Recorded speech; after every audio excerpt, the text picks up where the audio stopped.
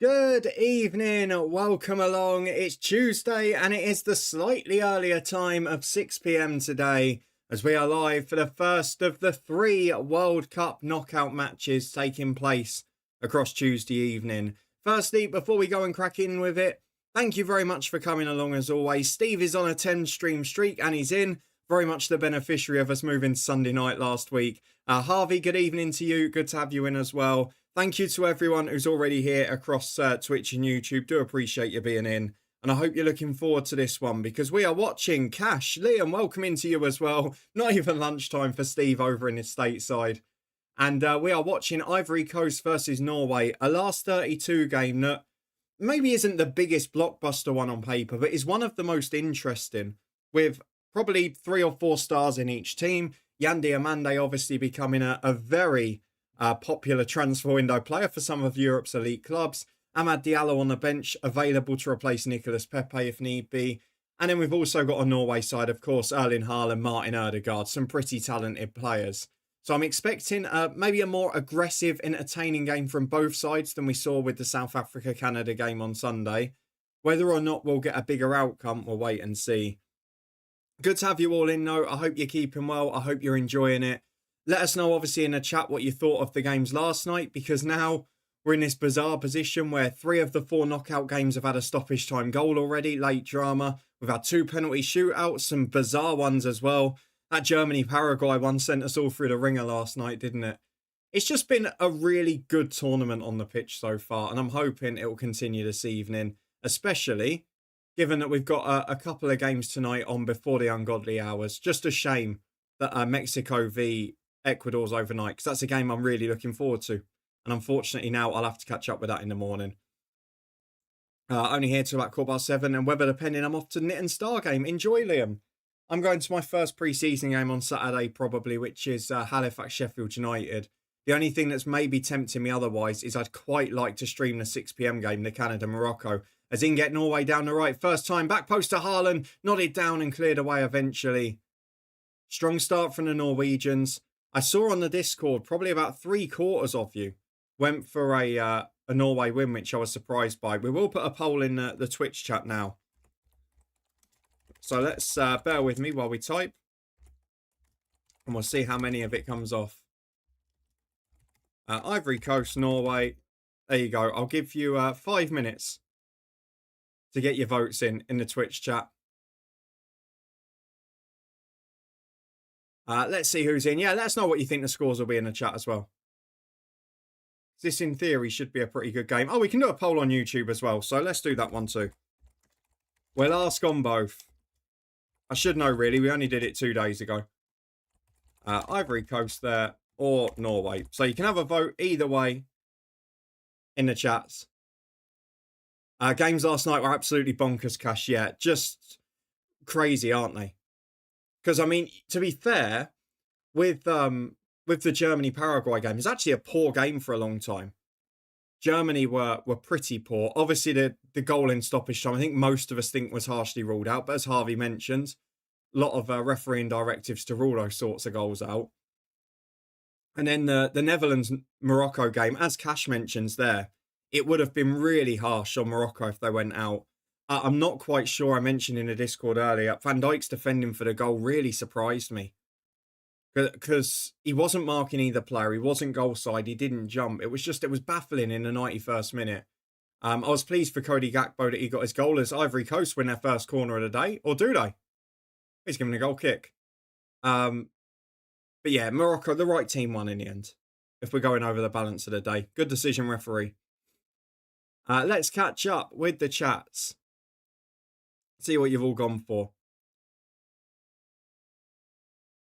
I thought Germany were really poor, Dan. Yeah, I agree with you. I thought they put themselves in danger against a Paraguay side that haven't proven to be too much of an attacking threat yet in this tournament.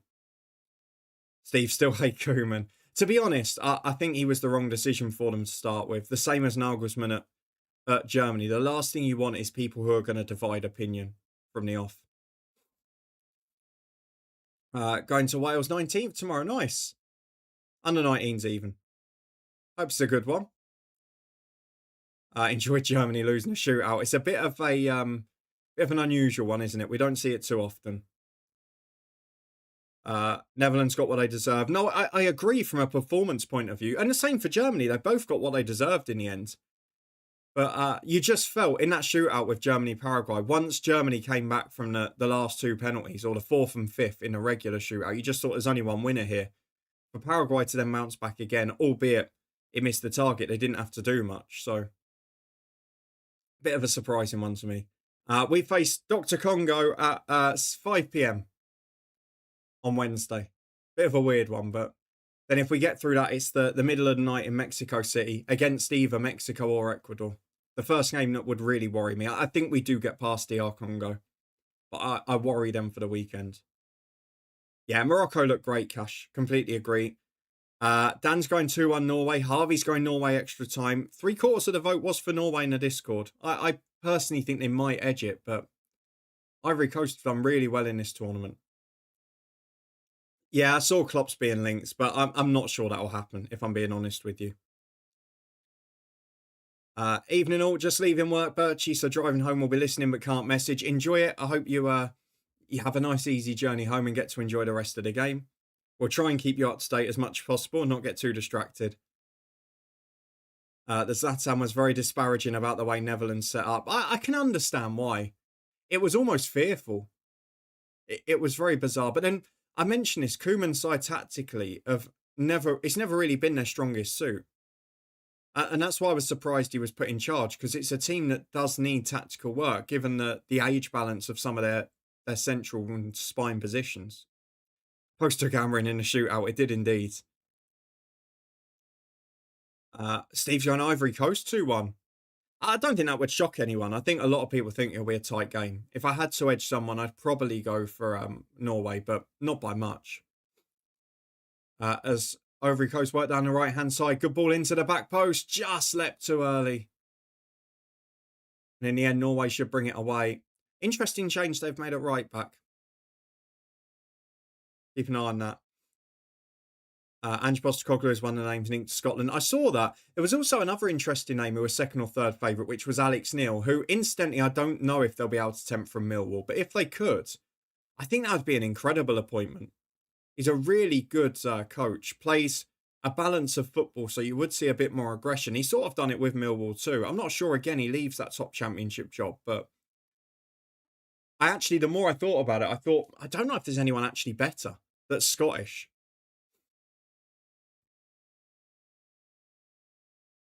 Can't see many European teams getting past the round of 15. I don't know about that. But then the ones that are probably the best side, aren't they? I think France are still the favourites. And France will not be fearful of what they saw last night. And they'll beat Sweden very comfortably, I think. But there aren't that many brilliant European sides at the minute. And we always talked about the climate and that was going to make it difficult here. There's maybe not a World Cup we were expecting brilliance from all the European teams. Pep to the Netherlands. I don't think that will happen, to be honest. I wonder if he'd go to Spain if they went out early this year. His point was their cultural identity as being positive. Yeah, I completely agree. And Koeman's style isn't necessarily. But then if you're going to play a deeper line and rely on your defence, and by the way, the only reason they were in that game is because for Bruggen, which I've doubted him as a keeper in several areas, as a shot stopper, there's never been a doubt, and he was excellent. Made 3 or 4 genuinely world-class saves. But then you've got to defend well, and to have centre-halves out of position to not track midfield runners was very bizarre. You have to be true to your identity. If you lose, at least be true to yourselves. Yeah, agreed. But there are a lot of teams in this World Cup who maybe haven't done that necessarily. I don't think Germany did that to an extent either. I'd rather take Ange as international experience. Yeah, but it's whether you get Ange is the question. If you're going for a Scottish option, no, ruling out the fact that financially Moyes won't be viable and probably isn't as aggressive as people would like to be. Everyone talks about attacking football and then says, can we get David Moyes, who is known for playing on the counter? I think Alex Neil is maybe, of the Scottish options, the more realistic one and an excellent one. Matt, welcome in. Good to have you here. Hope you're keeping well. Hope you're enjoying the knockout round so far. We've certainly had the entertainment continue. France being hotter and hotter favourites by the day. I would agree with that. They're the only team that have probably produced more than one half of football that's been excellent. And they've just got so many match winners. Mbappe can turn up and have a game. Dembele obviously did it in the last one. You've got Doué, you've got Barcola. You've got so many talents. Super unlucky on that penalty that trickled in after it in his boot. Yeah, such a shame, wasn't it? But yeah, he was the only one that really, probably and Gakpo with the goal, were the only two that came out of that game with a real sense of being able to hold their head up high. And I was pleased for Gakpo that he had that moment. Obviously, you could see that it'd been, it's a horrible week, isn't it? There's no other way around it. And obviously, we had a similar situation at Luton with Liam Walsh not long before. Like, there aren't many things you can say or do in that circumstance. And you can see that there's, in a way, from a neutral point of view, you wanted that to be a winner, but over the game, you can't argue that Morocco deserved it. How do you think Canada-Morocco in the last 16 will be? I think Morocco will be just too strong, Liam. I think Canada defensively are fairly vulnerable when they've played against sides that have an attacking threat. They've struggled, whether it be Bosnia's rare set piece and aerial ball threat, particularly when it was Switzerland on the counter. The one team that were capable of doing that they've played so far, they really struggled with it. And I think Morocco will be lightning at the same thing. So I think it'll be an entertaining game. And it's one I would like to be back in time to do a watch along for. But I don't I don't think Canada will get through that. But you never know. Easy win, you reckon, Steve? I'm not sure it'd be that easy because I think Canada will expose them defensively a bit. But the likes of David and Larin, etc., Afonso Davis, how fit he is, they've all been a bit hit and miss in this tournament so far. Interesting in the polls, 100% for Norway in the YouTube poll and 60% in the Twitch, 75% in the Discord. They're not getting our manager. Scotland got to go outside the UK for the next manager. Plus, McInnes only just joined us. It won't be McInnes. If it's going to be a Scot, I think it's Alex Neil. But there you go. Yeah, I would expect them to get through relatively comfortably, Steve. But I still think Canada will have a threat and give them a game. It does look a really tasty game on paper, though, with two teams that will be aggressive. Apologies for the state of my face as well. I went for a run and it was hotter than expected. Kyle, welcome in. Good to have you here. Hope you're able to watch and enjoy this evening's game. Thank you for popping in and saying hello. Oh, the YouTube folks gone down to 75%. A couple of Ivory Coast folks coming in there. Liam, it sort of annoys me about Clark. If he said he was leaving after the World Cup, then the SFA may have got McInnes. I don't know about that. But Steve Clark already said if they got that point against Morocco and got through, then he would have stayed. And I think you saw last night how good Morocco are. Yeah, I saw the swap deal with Hull, obviously because Hull needed to avoid... Hull were going to look for a new first choice keeper anyway. And you helped them avoid the points deduction because they needed like 4 or 5 million quid. I think today that deal's getting announced and then the Casey Palmer to Luton one, which just about gets them under.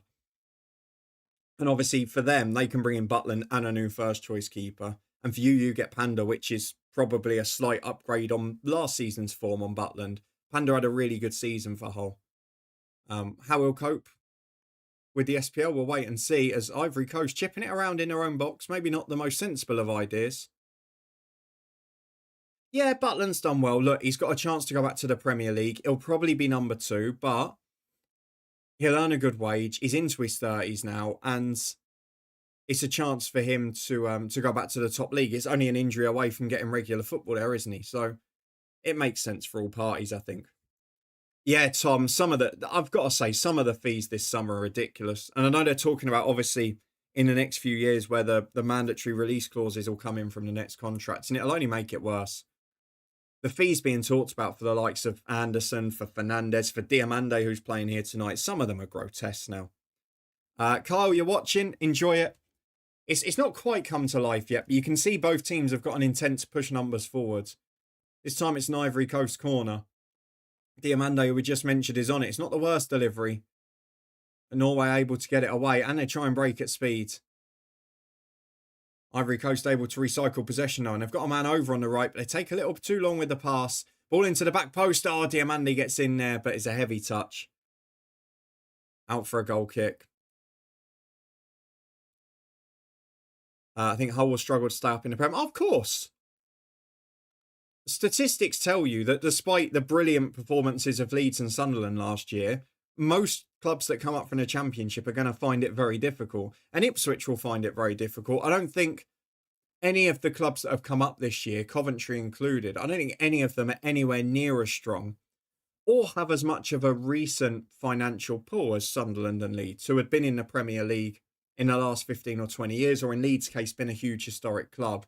Obviously, Coventry had Premier League history when I first started watching football, but they were a long way away and they dropped a lot further than the others. So it's going to be a difficult one for them. I'm not sure it's going to be as easy as many expect.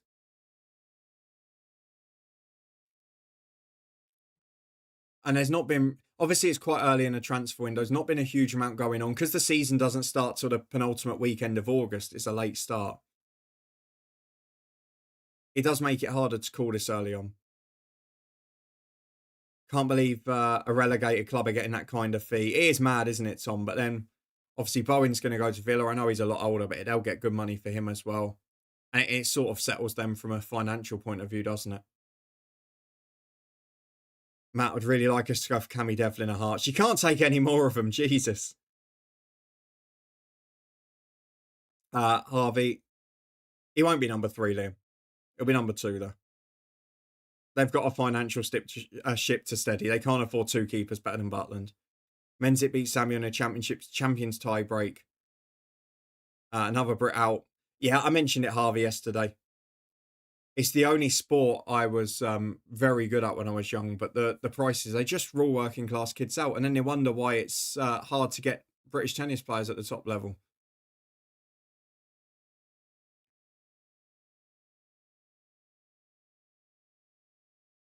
Yeah, but transfer fee inflation has got silly, hasn't it? One of those things. Who's getting relegated from the Prem? It'd be hard to argue against the 3 that have come up at the minute. I don't see how any of them stay up for now. Hard to judge until a month or 2 away, but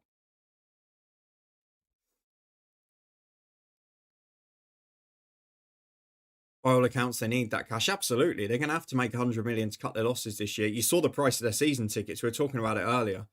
Bar the few seats up in the gods, it's 600 quid and above for all adults. They're trying to keep the money in.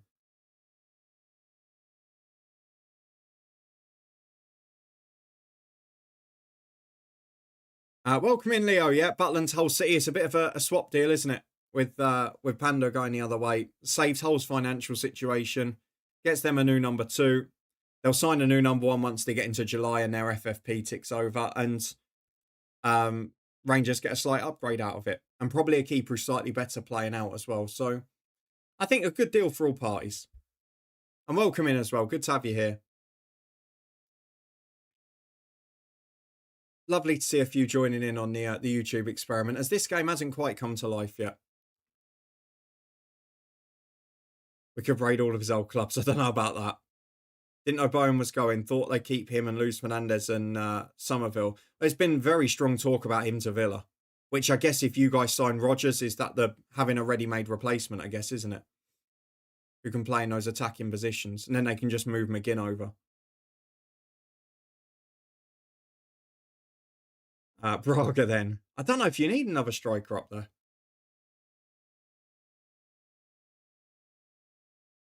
I'm a Rangers fan, kind of don't like it. I don't think it's the worst deal for anyone. Leo, I genuinely think it's quite a good deal for everyone. I saw you were trying to hijack the Stoke deal for Galbraith, which I don't think is the solution for the amount of money, but you've done well so far. You've signed new defenders, which is what you needed. That was the primary area that needed improvement. It's going to be an interesting Scottish season, though. Do you think he'll play Curtis next year or loan him out again? That's an interesting question. It'd be interesting to see what route McInnes goes down. I suspect it'll come down to how many of their transfer targets they can actually pull off. Yeah, we just talked about it, Leo, the Fernandes one. It's a baffling amount of money these days, isn't it? As Ivory Coast cutting from the left, into the side netting. First real worked opening from open play, that. Probably not come to life quite as we expected yet this game. But half chance there, if nothing. Dundee getting relegated, you reckon? I know one or two regulars that won't be too pleased about that. With respect, Matt, I don't think Braga goes to Rangers. I think he'll get... It looks like he's going to get one of the big 5 European leagues, doesn't it? Yeah, we talked a little bit about the Ben Godfrey one. It's an interesting deal because he's obviously been a player of such potential for a long time and he's had good spells in his career, but no one's really got the best out of him for a number of years now. It'd be lovely to see him have a really good season.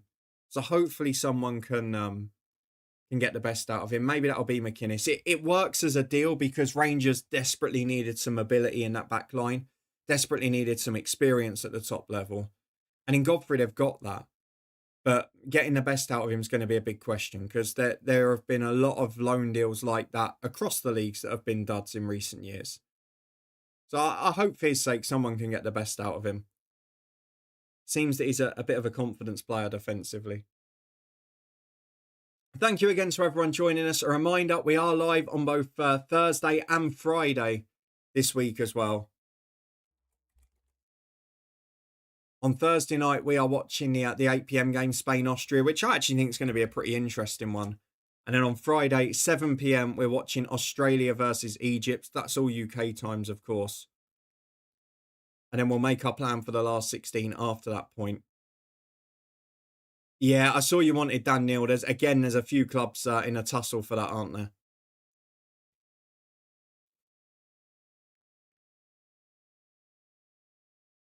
Boyan needs a revive. Yeah, I think there's going to be at least a couple of strikers moving on from Rangers, aren't there? Because given the fact that they've bought in Shanklands, they're trying to, by the looks of it, get another. Chamiti, I actually thought, I know he didn't look convincing for a lot of it, but if you take away that ridiculous stint at the start under Martin and the transfer fee that maybe looks inflated, you actually look at his goals to game and minutes ratio, it's not terrible. Scored in big games, which is something you're going to need. So I reckon he'll be the other to stay. Never seen so many people obsessed with the ball, Harvey. The FAW should have led with that. I don't get why they didn't do it all at once, Harvey, because the big rebrand thing they did last week just made everyone not really pay attention to it anymore. Like, have that as a whole big thing. Do it, drip feed it through the day. Say, keep tuned on here. This is the rebrand. Then an hour later, here's the sponsor. An hour later, here's the ball. An hour later, here's the TV deal. It would have just made sense. We're about a minute away from the hydration break here, where I will have to go and top up my drink, but it has not been a particularly enticing game just yet. The Welsh League rebrand too much. Yeah, but this is the big one, isn't it? Where they're expanding the league to 16. They've ditched the League Cup. It's a big moment. If Rangers are not top 3 by the international break, lose the old firm, he'll get sacked. Of course he will. And the same for Celtic and O'Neill, for all the goodwill. If they're not in the top 3 come the end of September for a month off, then, or they struggle in the European qualifiers, they're always going to get a bit of stick. But it's going to be a harder year for Hearts with European qualifying. It's going to be a harder year for Rangers with more qualifiers. Those are the things. So we've got the hydration break. We are going to top up the drink in a minute. Yeah, the Welsh clubs loved it. It's a shame though. But lovely to see you all in. I hope you're looking forward to the rest of this one. I'm sure a few are joining as they get home from work and that. But so far it's been, let's be honest, a little bit of an underwhelming game. We're going to go and quickly top up our drink. I'd encourage you guys to do the same. We'll be back in about 60 seconds. So stick with us. I'll run down the stairs and I'll be back to hopefully see this game come to life. Back in a moment.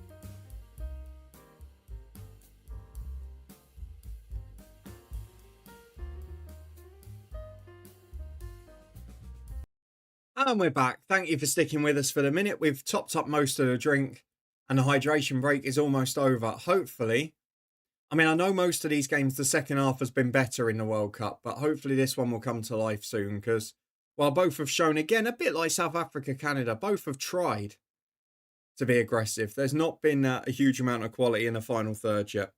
Probably the story of this round of 32 so far.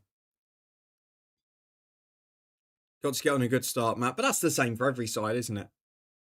And I'm saying that as a Luton fan as well, having just wasted a significant amount of money on trains to Reading on the opening day. Leo's just got his alcoholic beverage. I'm avoiding that most of the time at the minute. Probably, it's a bit hard with the England game at 5 tomorrow as well. Save it for the weekend if we get there. Harvey's gone for a missing men quiz. Let's get one of them up, shall we? I think we'll do a club one stakes. We did a couple of international ones. And they're always a little bit trickier.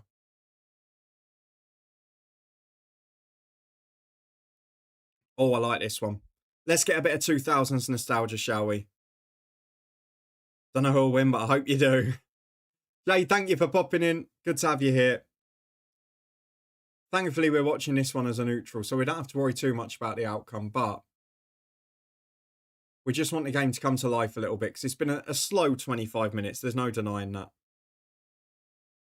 Hibs plays Shamrock Rovers in a friendly in Dublin tonight. Lovely. I was just having a look at Dublin flight prices ahead of Euro 2028. Getting in to get some tickets. Fingers crossed. Glad you got Derek McInnes. That's a safe pair of hands. Ball into the back post. Ivory Coast put over his own bar by the defender. How many times have we seen this during the World Cup? Where the hydration break changes everything. Leo's got Norway in a sweepstake. I had the Netherlands, which obviously went well up to yesterday.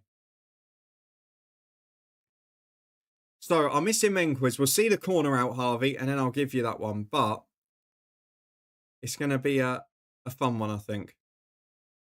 Bit of 2000s nostalgia.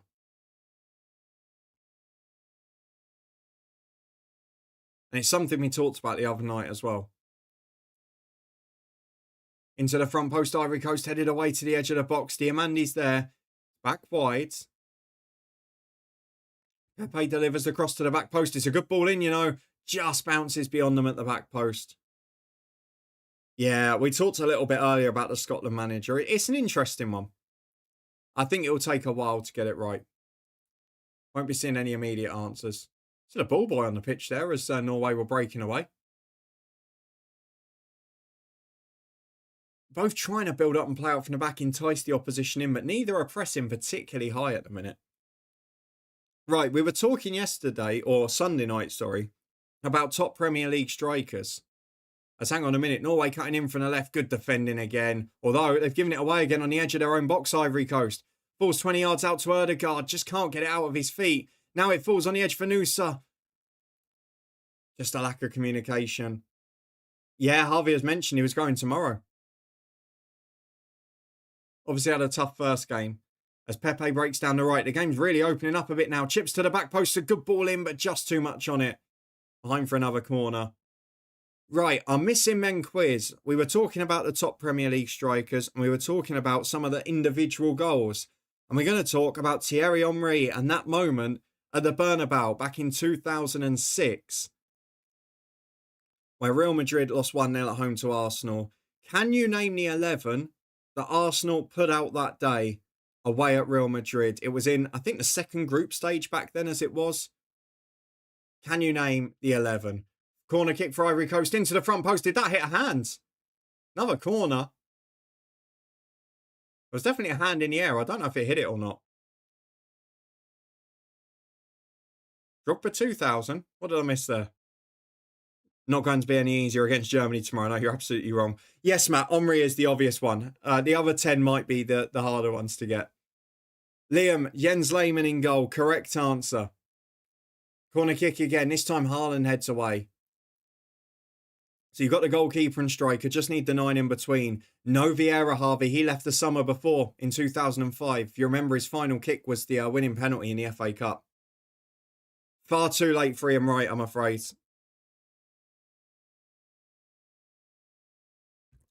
He was gone by the turn of the century. No, you're just too late for Ashley Cole as well. He'd gone to that January is when he went to Chelsea, was it not?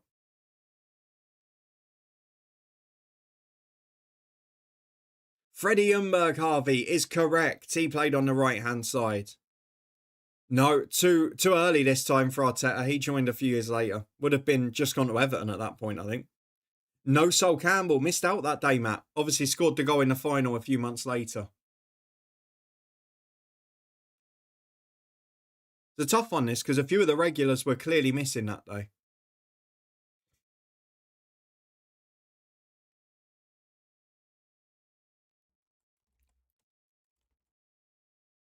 No, just too early for Gallas as well. He went the year after having left Chelsea.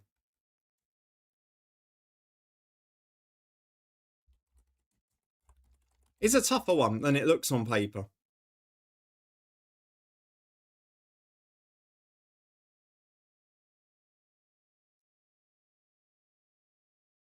I will say it was a game in which Jonathan Woodgate got injured in the 9th minute for the other side. Thomas Gravesen started for Real Madrid that day as well.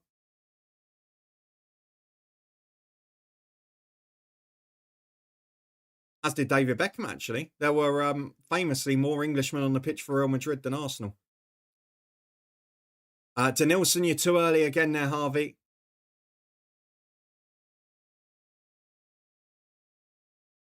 Let's get the rest of the names that are coming in.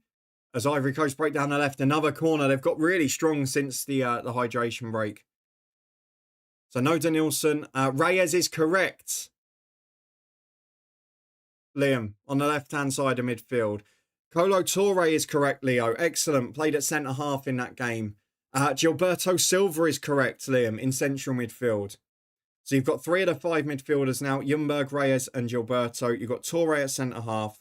Lehmann in goal, Omri up front. 3 of the back 4 and 2 centre midfielders to get.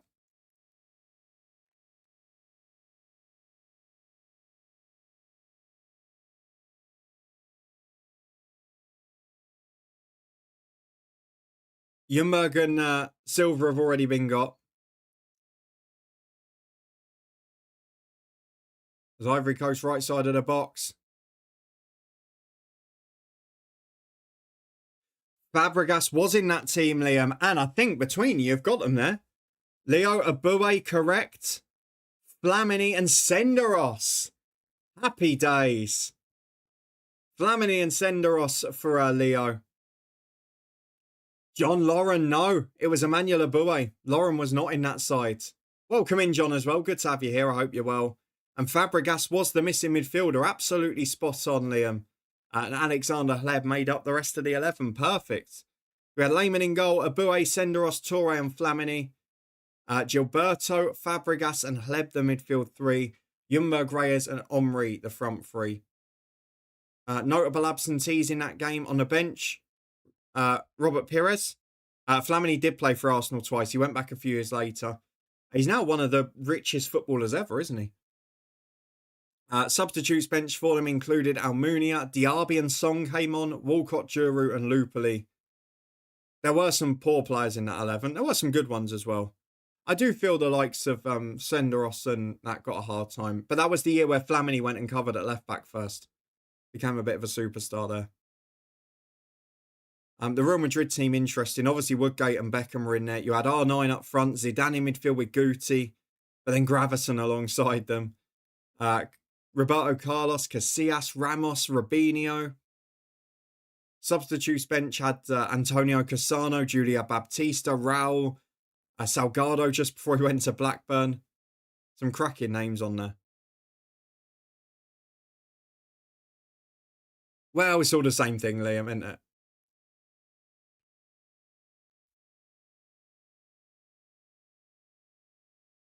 But yeah, a few duds in that 11. I don't know the question, but saw the era of players in the chat. Fair enough, John. You would have been right on another day. He was one of the players unavailable for that one.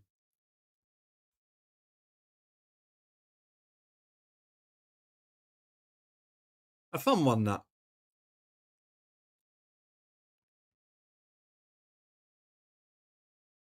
Yeah, Flamini on the left-hand side.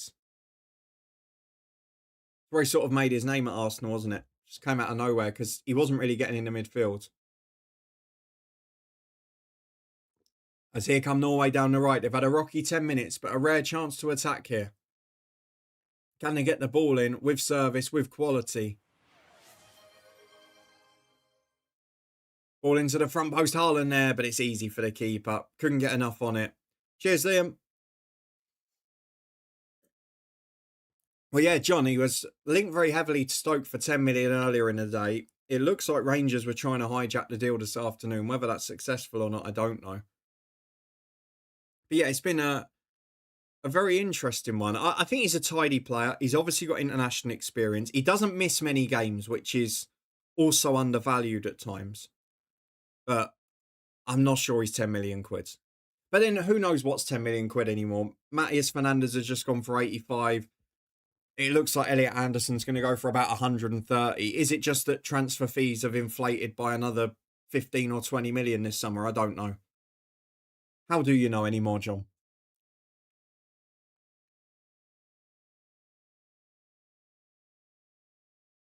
Yeah, Michael O'Neill did play him wide in a couple of games because I guess they've not got a huge amount of pace in that in their side. He's definitely by trade a central midfielder.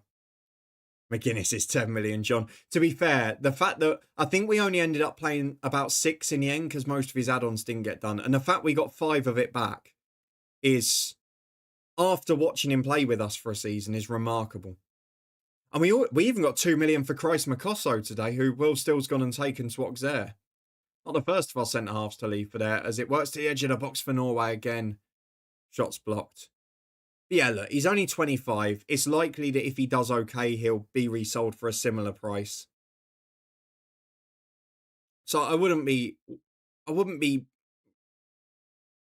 furious with the fee. I think they'll probably end up getting most of it back. He played well for Orient for some time.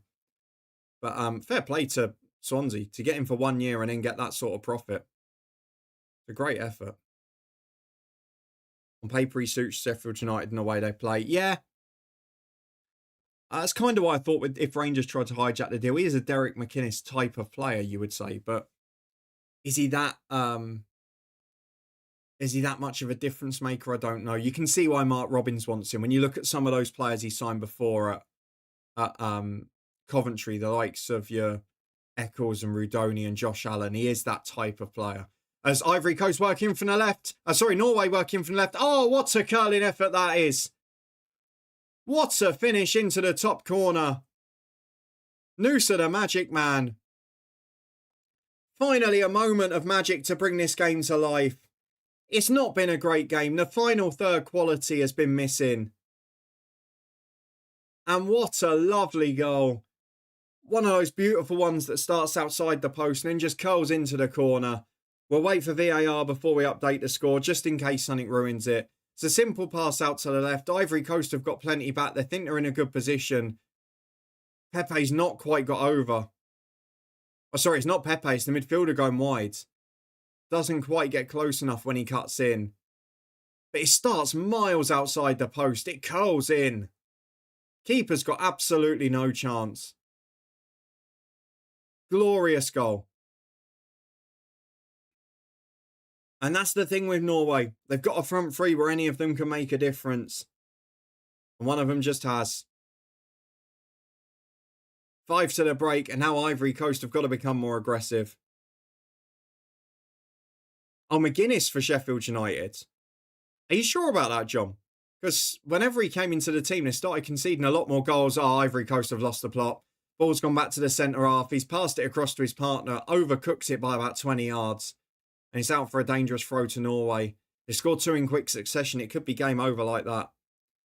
Harvey Pompey and Stoke have bid except for Luca Graham. Interesting. I think things are going to start to come to life, aren't they? Once the new accounting year starts tomorrow. South Wales Derby is back. It is indeed. I need to find a way to tick Swansea off in the next year or two. What a goal indeed, Leo. What a finish indeed, Harvey.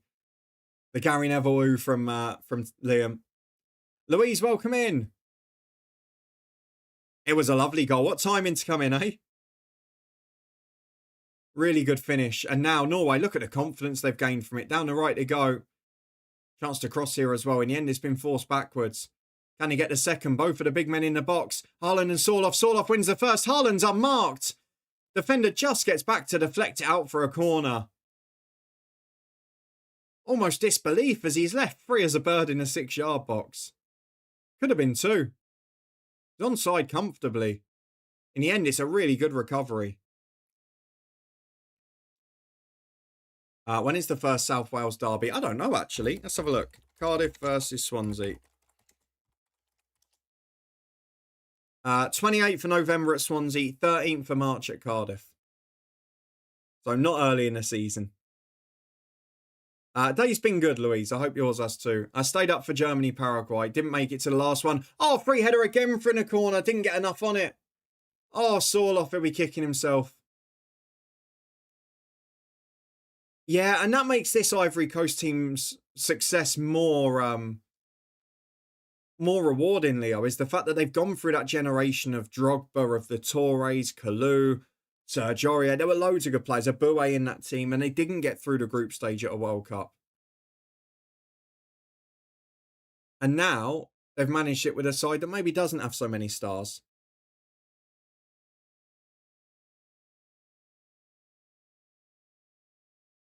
Yeah, Dundee, it looks like they're going to lose a few. Luke Graham would be an interesting one. He's a good player, but he does need that step up to the next level to test him. Of course I will, John.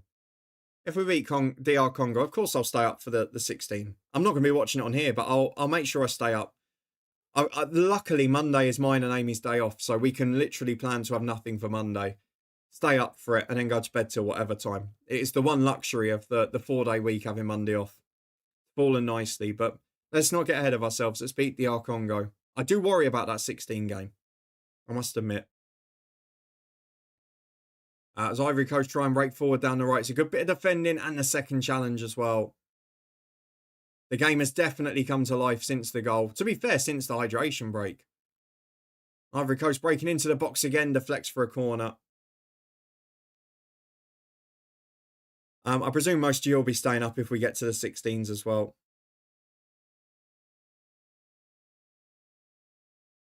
Let's catch up with the rest. Uncle's raging because Haaland missed that chance. I know. To be fair, it was a good recovery by the defender. Most likely Stoke. We have enough centre-halves, but we're looking to sell Boat for some reason. He did all right towards the end of last season. I'm not sure. Maybe defensively he's not quite so good. I maybe just remember him from the score sheet, yeah. And Elka, good player. Strange career, but a very good player. As down the left, Ivory Coast again deflects for another corner.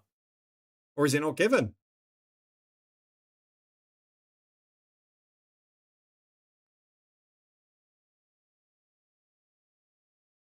They might not have any stars, but they do have Diamande. And obviously they've got Ahmad to come off the bench as well. Louise, not every day. So normally we stream about 3 times a week on Twitch as a regular, playing Football Manager and just having a football chat. So normally during the season, it's normally Tuesday and Friday evening and then Sunday mornings. I've started doing the YouTube ones for the watch-alongs because it works really easily with the setup. I want to try and find a way to do the FM so it works on the shorts format as well. But we're live on Twitch 3 or 4 nights a week normally. And I post a schedule in our Discord server every month and on the socials. Yeah, I was surprised as well. Sorry, I missed the other message. I was surprised about the Germany one. Just how poor their performance was. Have a look at this again. It should be a penalty, you know. It should be a penalty for sure. We've got Falkirk at home on November the 28th. Might get moved. Oh, we're carrying on. Seemed to be not enough to overturn it, which maybe I can understand, but gave the referee a choice is what I would say. I have to do the school run, so I'll have to be up at 6:30. Please, no pens. Yeah, but John, can you book the day off and then after 6:30, do the school runs and then get back and have a couple of hours, Kip? Could it work that way for you?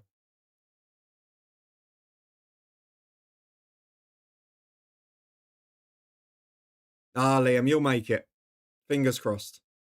Leo, I wouldn't have been surprised if that had been overturned. Noosa, the goal scorer, gets a booking now. I have a question. How do you know so much about football? I wouldn't go that far, Louise.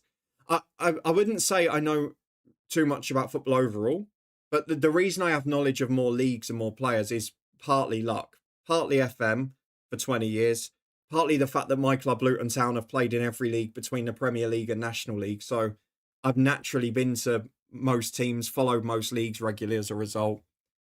And then growing up on sort of free TV as well, I ended up watching a lot of Scottish and Welsh and Northern Irish football and stuff. So just sort of by luck rather than judgment. If there's football on, I watch it, and I've got a very understanding other half. So I guess I keep an eye on more different leagues and things than many would.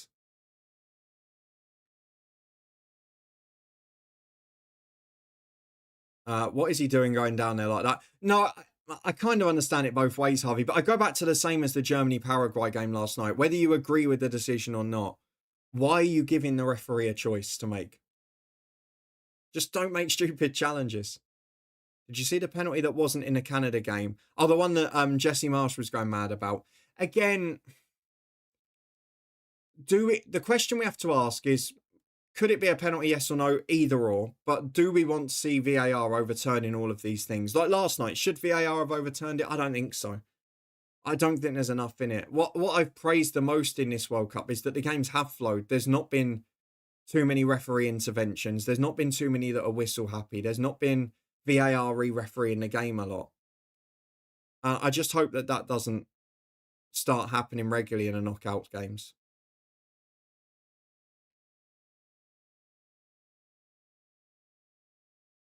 Godfrey's a good signing. He could be.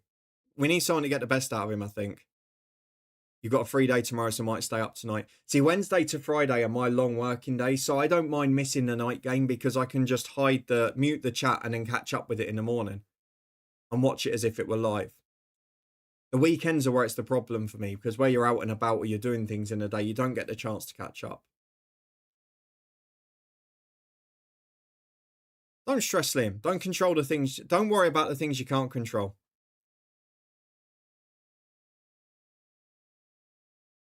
I think Bangor City's the best save. I'm really enjoying the real save this year, but obviously there are the frustrations with certain elements of FM. I'm really looking forward to doing the head coach next year and getting back to that. And fingers crossed, it'll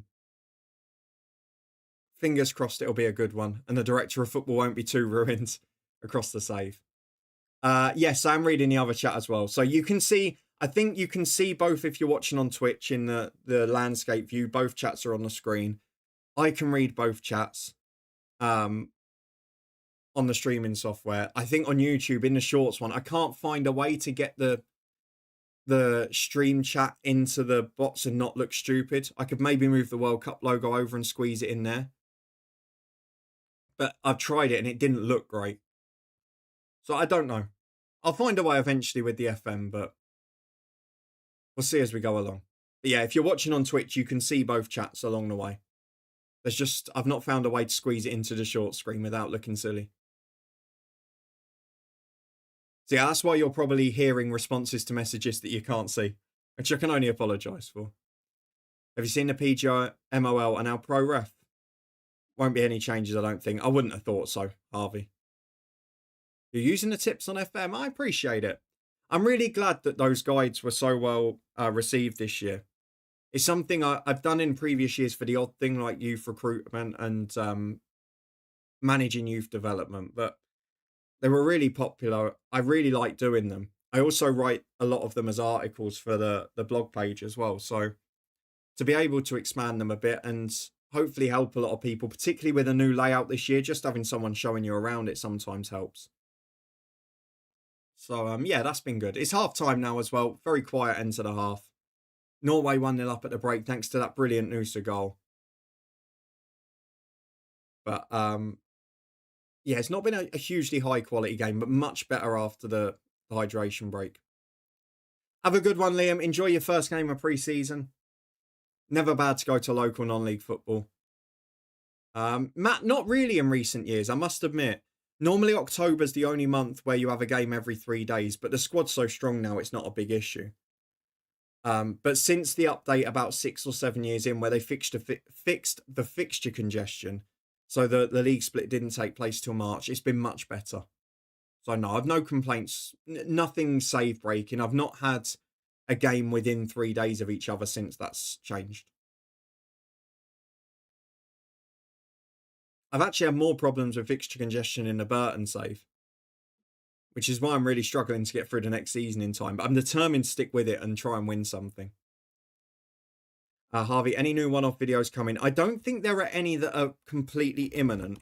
I'll get my Steam wishlist up because I think in total I've got 16 games on there now. And there's a few of them where a few of the other videos have done really well, where developers are willing to talk to me, which is a really nice position to be in.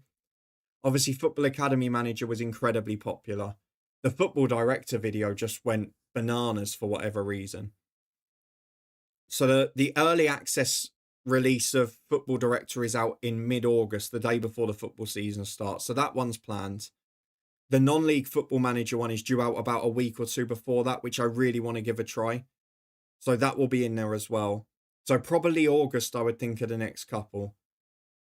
But there are another 5 or 6 due out before FM27 that will then have a run through. But there will be odd videos where we come back to it. So there'll be odd games that I've played already where we do a follow-up. So like Sports Card Shop Simulator I've been playing. I've got the VAR one wishlisted. I've got that other cricket simulator, cricket management simulator listed. When the full game of Foosball Manager comes out, we'll give that a go. And then obviously you suggested the Referee Life Simulator, which is coming out a bit later in the year. So we'll have a look at all of them. There's a Director of Management football game that's similar to, in idea, to Football Director that we tried. So yeah, I've got loads wish listed. It's just that none of them are due out really for about a month and a half. But then there will be, definitely. It's something I'm definitely going to keep doing on the channel moving forward. Certainly got a lot easier now, hasn't it? Oh, definitely. The first few years, it was reaching the point, Birchie. I think I had 2 seasons of European group stage football before the issue got fixed. And I think if that had carried on, it would have become unplayable. But thankfully, the resolution took place. It was when they made the update and said it's not going to be save game compatible, my heart sank. And then it happened. And they didn't even know it was compatible, which maybe is more worrying than positive, but it certainly helped the save. And I just feel like in mind now that TNS and Haverfordwest are starting to make the effort. Our Scottish League One looks great this year. And I mentioned it, I'm considering doing the Scottish lower leagues for the stream save. There's a couple of good ones in League Two. And then in League One, you've obviously got Ross County, Inverness, Hamilton. It's a cracking little league, isn't it? A very happy accident indeed, Birchie. To be honest, it's kind of describes my year on the channel. Like, I wasn't planning to play new different games or anything. And then the Football Academy Manager developer contacted me, a game I'd never heard of or heard mentioned, said, do you want to give this game a go when it's out in a few days? And I went, yeah, why not? And it was brilliant. And then we've ended up playing about 10 different games since and enjoyed most of them. I did consider Sterling just to placate Macca, but I feel like League One is the league to be in, if anything. But then I also considered Dumbarton once I saw how picturesque the ground was. You're Queen of the South fan, Leo. Interesting. There's a lot of random Scottish football fans in my regular viewership. I guess probably because the year where the channel really took off was the FM21 head coach. Obviously there we started breaking our Broth Dundee, had some cracking moments. Obviously, one of those being Carlton Morris. He then came and joined Luton in real life and helped us to the Premier League. So, became a fun one, that. Harvey off to Fiji, Wales in the rugby on Saturday. Looking forward to it. Lovely. Bit different to Halifax, Sheffield United, but I'm sure you'll enjoy it. It is lovely when you've got all the summer sporting events from the other sports with the cricket, with the tennis, snooker season starting again now. And then, obviously, the football pre-season starts too. It's brilliant.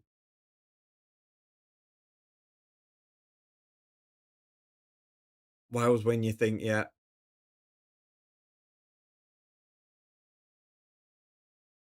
I know you're one of the few, Matt, who supports one of the big two.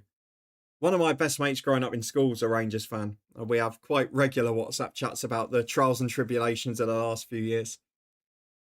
If I was doing Scotland, I'd do Dumbarton, I think, for the staging. I'm sure they have an elephant on their badge, which my daughter's obsessed with. So it's a lovely reason for it, if nothing else. Right, I've got to remember to take the half-time break before the second half begins. I've almost finished the drink in my posh glass that Morrison's gave us for free. Just watching the goal back again. They're talking about Haaland's movement.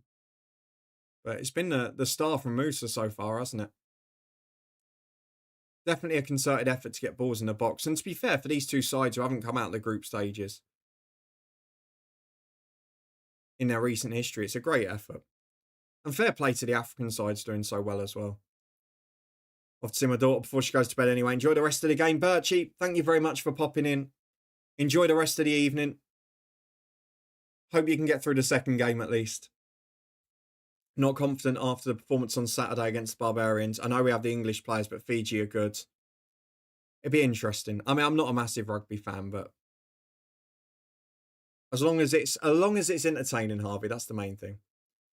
At the moment, Matt, that's my lead. My other one is Harrogate, because obviously they're one of my local sides and just fell out of the EFL.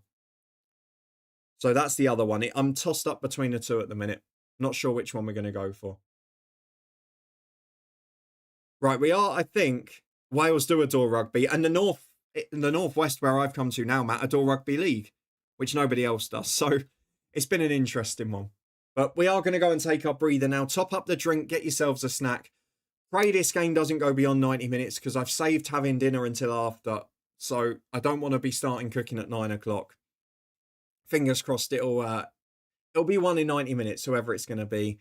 Go and get yourselves a snack to get yourself through the second half. I certainly will. And we'll be back in 3 or 4 minutes for the second half of this one. Fingers crossed it'll be a good second half, as the last 15 minutes of that half were very strong. See you in 3.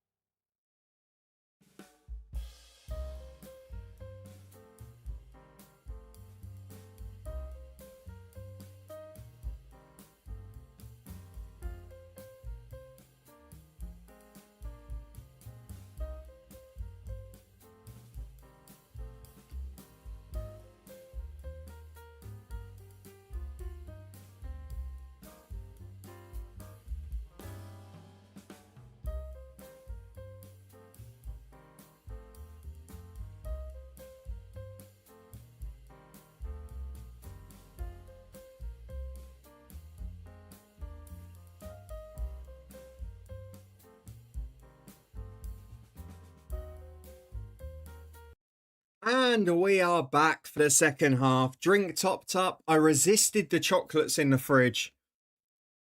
And they're just showing the clips and the highlights now of the Netherlands versus Morocco. Really interesting game. Thank you for sticking with us. I hope you've all got yourselves a nice cold beverage. And a better or an earlier dinner than me at least.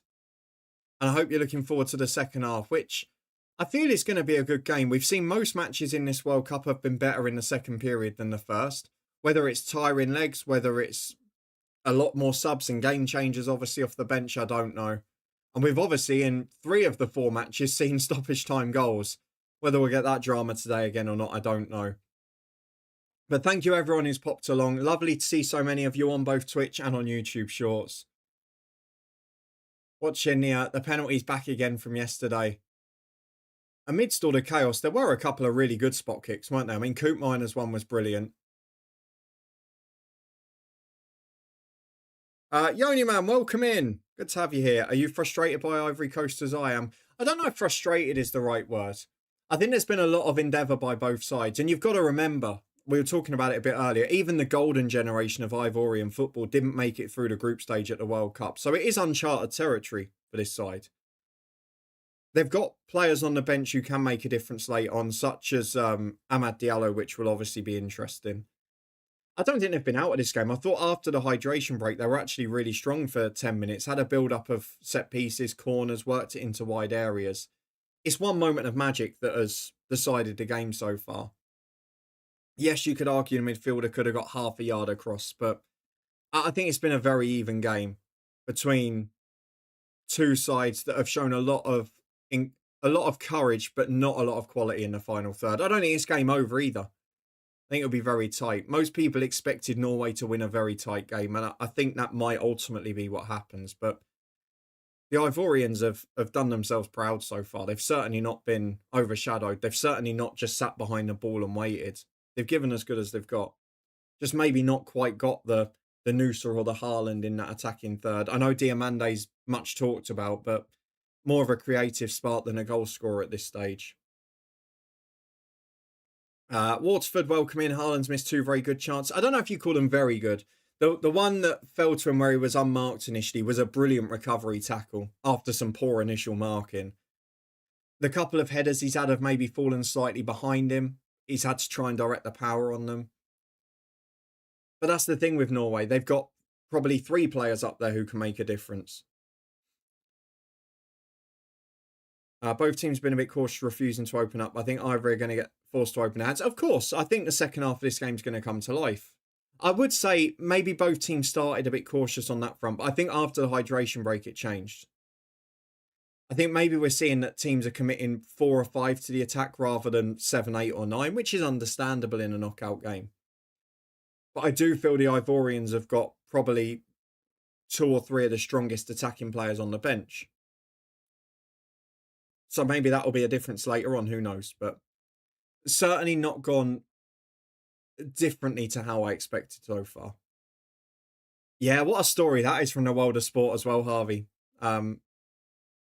Serena Williams coming back to play. I think she'll fare better in the doubles than the singles. But just to come back, it's a great story. And she's earned the right, hasn't she? Obviously, we're both snooker fans. We talk about it. Some of those players, they just deserve the right to play. You see it in the Masters, the golf as well. There are some people who just deserve, if they want to turn up and have a go. And once she gets out there, she'll be as competitive as ever. While maybe not quite so strong physically to start with. Ivory Coast trying to play out from the back. A few little flicks over the head, and Diamande playing in an area that maybe he shouldn't be. Got away with a soft one there. Yeah, but it's easy to say, isn't it? I don't know if they're as classy in central areas as they have been in the past. You've got to remember, the spine of their team was the Torre brothers for a long time. And while Kessie and Sangare are solid players, I don't know that they're setting the world alight. And you've got to protect that defence with Ivory Coast. It's not like they can go and bomb forwards consistently. They might have to in the last 20 minutes, but they can't just do it all the time here because they will expose what is not the strongest defence in the world. I will ask about France-Sweden as well a bit later. I'm sure most of you probably think that France will win that pretty comfortably. But then we talk about the bench again for Ivory Coast. You've obviously got Amad Diallo. Obviously, there are central options. Kone, Seri. There's some good players there. It'd be intriguing to see what they go for. Adingra is another wide player who can make a real impact. But then you could argue for the Netherlands, they've got Strand Larsen, they've got Oscar Bob, they've got Schelderup, they've got Asgard. Probably two of the stronger benches from those nations going attacking-wise in the second half. And Bonnie is up front for Ivory Coast. I think Birchie asked that a bit ago. I completely missed the message. Not had too much service to work with yet. What's that I've just seen? After dinner trivia. Harvey, you love those, don't you? He loves the after dinner trivia. Let's have a look. Are we still on science and nature? That's the big question of the night. We are indeed. Here you go. This should be a simple one for those who have done science studies in the past. Who invented the thermometer? A. Alexander Graham Bell. B. Galileo. C. Thomas Edison. There's your science and nature after dinner trivia. Who invented the thermometer? Alexander Graham Bell, Galileo, or Thomas Edison? See if you get it, Harvey. So Ivory Coast work down the right side of the box. Chance to cross in. It's a brilliant ball flashed across the old corridor of uncertainty there. Goalkeeper goes at it, doesn't get a hand. No one attacking though, flying into the 6-yard box. That's John Q thermometer, brilliant. Unfortunately, not one of your options there. I can confirm it is one of those that is not named after the inventor. You've got Alexander Graham Bell, Galileo, or Thomas Edison. I wonder when we get past... there's not too many science and nature left, actually. Then we get to geography, which would be interesting. Look out for Pepe at the far post, absolutely. Just got to get the delivery right. Harvey's gone Galileo, but has he done his science studies? The future of teaching, Harvey. You better get it right. What are we waiting for with the corner here? He's come to check the quadrant. I never understand why the players don't just put the ball in the quadrant and avoid the 30 seconds wasted. And see out this corner and I'll put you out your misery, Harvey. Into the front post. Hits the first man after all that.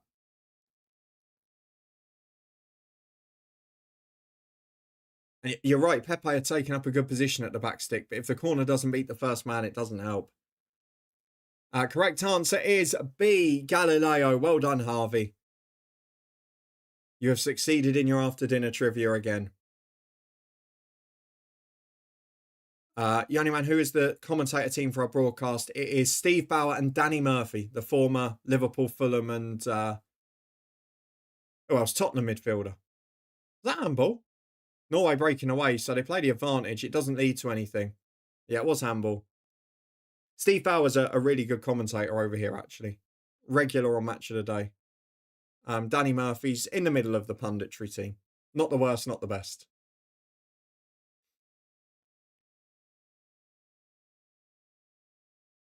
No, unfortunately, neither are regulars on UK TV anymore. Martin Tyler left Sky 2 seasons ago. And Andy Townsend hasn't been on for a long time. He does do occasional radio ones on Talk Sport now over here, but he's not a regular on TV anymore. So our BBC lead team is Guy Mowbray and Alan Shearer. Bauer and Murphy are one of the backup ones. Our lead ITV team, annoyingly, is Sam Matterface and Lee Dixon, who are terrible. With the second team, John Champion and Annie McCoist, which I think most people would say is probably the best duo at the World Cup in the UK. With Seb Hutchinson and Andros Townsend third, who are not bad either. Steve, you've got Jackie Oatley and Warren Barton. Jackie Oatley weirdly lost a few of her TV roles over here for a lie she told about Luton, didn't she? Which was quite intriguing, the fact that we had such an impact. But seems to have rebuilt stateside. Evening, Jake. Good to have you in. How are you keeping? How have you found the game so far? Yeah, very good.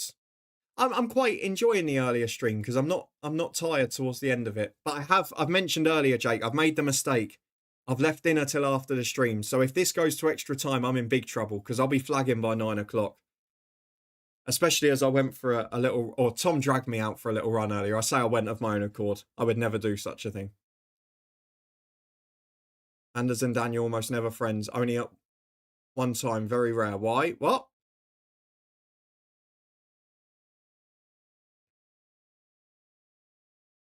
I'm missing something there, Harvey.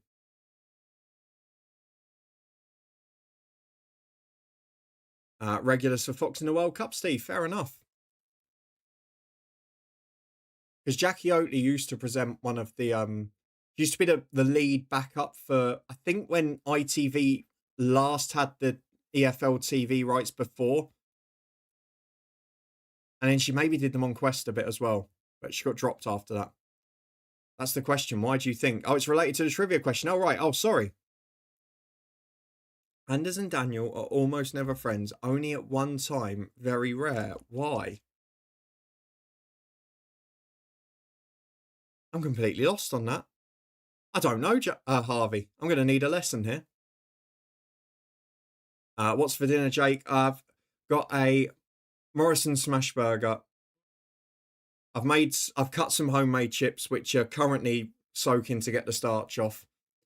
Couple of big restaurant style onion rings. So yeah, one of my favourite dinners in the summer. Homemade burger, chips and onion rings. The onion rings being the cheat element of that. Then a bit of chili jam on the top, burger sauce at the bottom, crispy onions. I'm treating myself tonight, Jake. Amy's gone off to the cinema with her mate to watch the new Toy Story, so I'm treating myself to a proper dinner. It was that or a takeaway, and I've picked the cheaper option. Morrison's were handing out the 15p potatoes last week, so we bought loads, and we've been having roast potatoes or chips basically every day. You hate onion rings, Jake? That's a bold one. But what are we talking? Are you talking like proper onion rings with the actual onion ring in them, or are you talking like the mushy shop ones? Because we've got the proper big boys. Into the box, block from Ivory, Coach rebound. What a save! Out of nowhere, it works into the box. First one was blocked. The second one is brilliantly saved at the near post by the keeper. Instant reactions.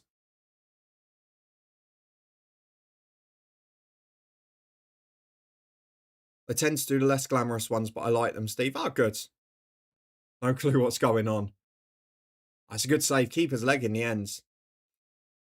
Daniel Fahrenheit and Anders degrees created two different temperature scales, but minus 40 degrees they align, so they're friends. Brilliant.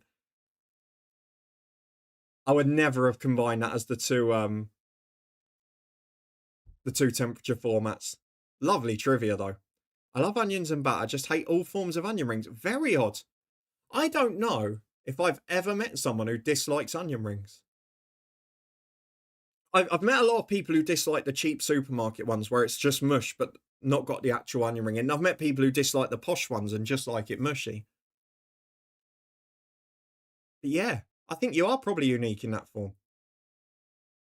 I guess it saves you, if you're having burger and chips, it saves you an extra 100 calories, doesn't it? So, can't be bad. Pepe on the far post again, Yoni, yeah. I wonder at what point they're going to gamble and maybe move him more centrally to chuck on Ahmad as well. Just when you think Fu can't make a phone call, boom, onion rings. Oh, dear. What's the connection, Waterford, between former Luton star Paul Future and Danny Murphy? It's an interesting one.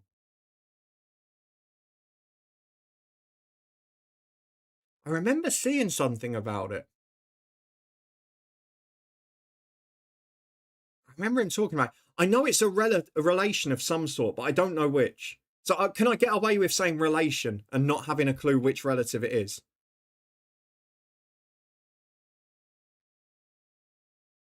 It's got to be a significantly former one. So it's got to be something in the region of, I don't know, a father-in-law, a cousin, something like that. And he's his nephew. I vaguely remember a story, but I wouldn't have been able to remember what relative. Just got ignored, Jambo. Where are you? Jambo, welcome in. Oh, come on, I only just got to onion rings. I didn't miss you by much. How are you anyway? I hope you're well. You've been here long enough to know me, and catching up with the chat is not the easiest thing in the world.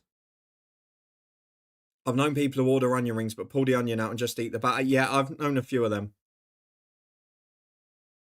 Hate it when I take... Yeah, that's why some people argue against the posher onion rings, where it's got the actual onion strand in, because then if you take a bite of the batter, you end up getting the whole strand of onion at once and then having half that's just batter.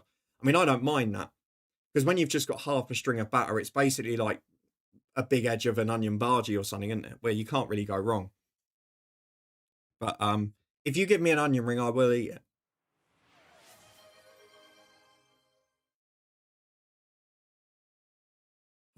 Yeah, so John's mentioned just the thing there. It's ball into the front post from Norway. Oh, another good chance. Victon straight at the keeper. Now Ivory Coast can break. It's definitely starting to open up a bit, isn't it? The Ivorians throwing a few more men forwards. Yeah, we were mentioning it, Jake, probably after the hydration break, and I know how often we've said that this tournament. That 10 minutes was Ivory Coast's best spell, worked a lot of wide areas, a lot of corners. Didn't really create too much clear cut out of it. And then just a moment of magic down the other ends. And it changes just like that. To be fair, that goal wouldn't have counted if it went in, because it hit Berger on the hand completely inadvertently. But given the rules as they are, wouldn't have worked. Right, what have we just had redeemed there? Oh no. Harvey's gone to his old favourite, the football jokes book. Doesn't bode well for any of us. Crosses blocked there from Pepe. I think it hits Noosa flush in the chest. He looked a bit winded. Chipped over for him again. Headed back to the wide man, Diamande. Is he going to come to life at some point in this game? They work it back to the edge of the box. Actually, shot from distance is almost off the first tier there. Oh dear. Where did we get to in this book? It was terrible, wasn't it? Here you go, Harvey. Let's get a couple of classics out. Why was the centipede no use to the football team? Why was the centipede no use to the football team? He never got on the pitch until half-time because it took him so long to lace up his boots. I bet you couldn't guess where that one was going, could you? Which animal plays football standing on his head? Which animal plays football standing on his head? Yoga bear. Yes, they are that bad. Bonnie's gone off, been replaced up front.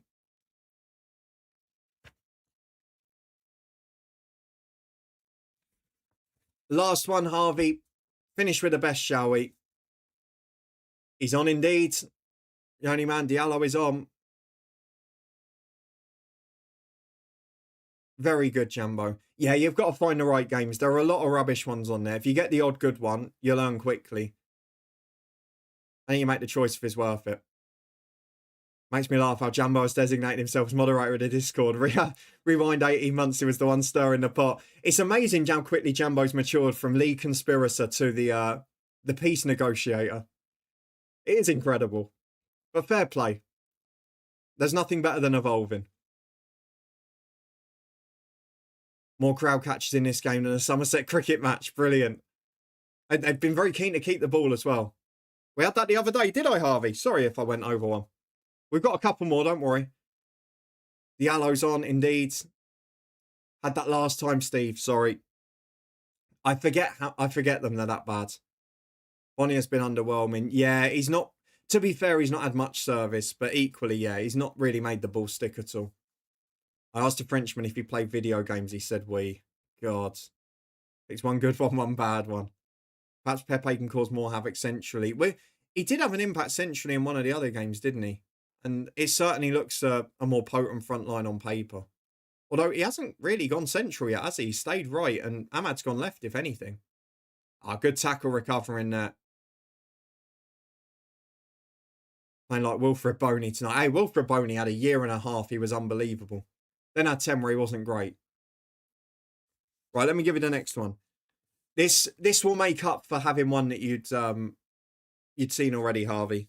What happens to the boy who misses the bus home from the match? What happens to the boy who misses the bus home from the match? He catches it when he gets home. Oh, God.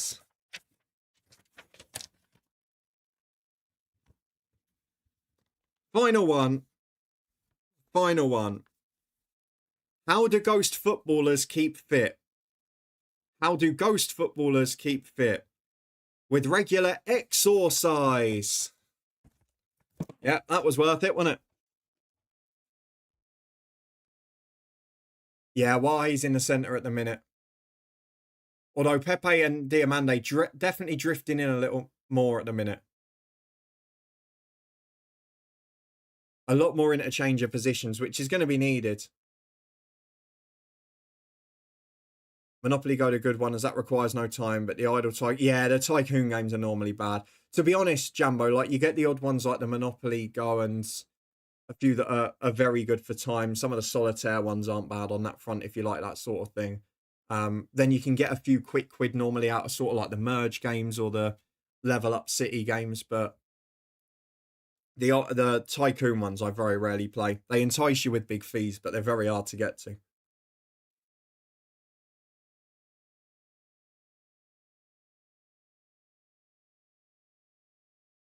Can't say I get either of them, Harvey. Oh dear. They were awful. They are, Jambo.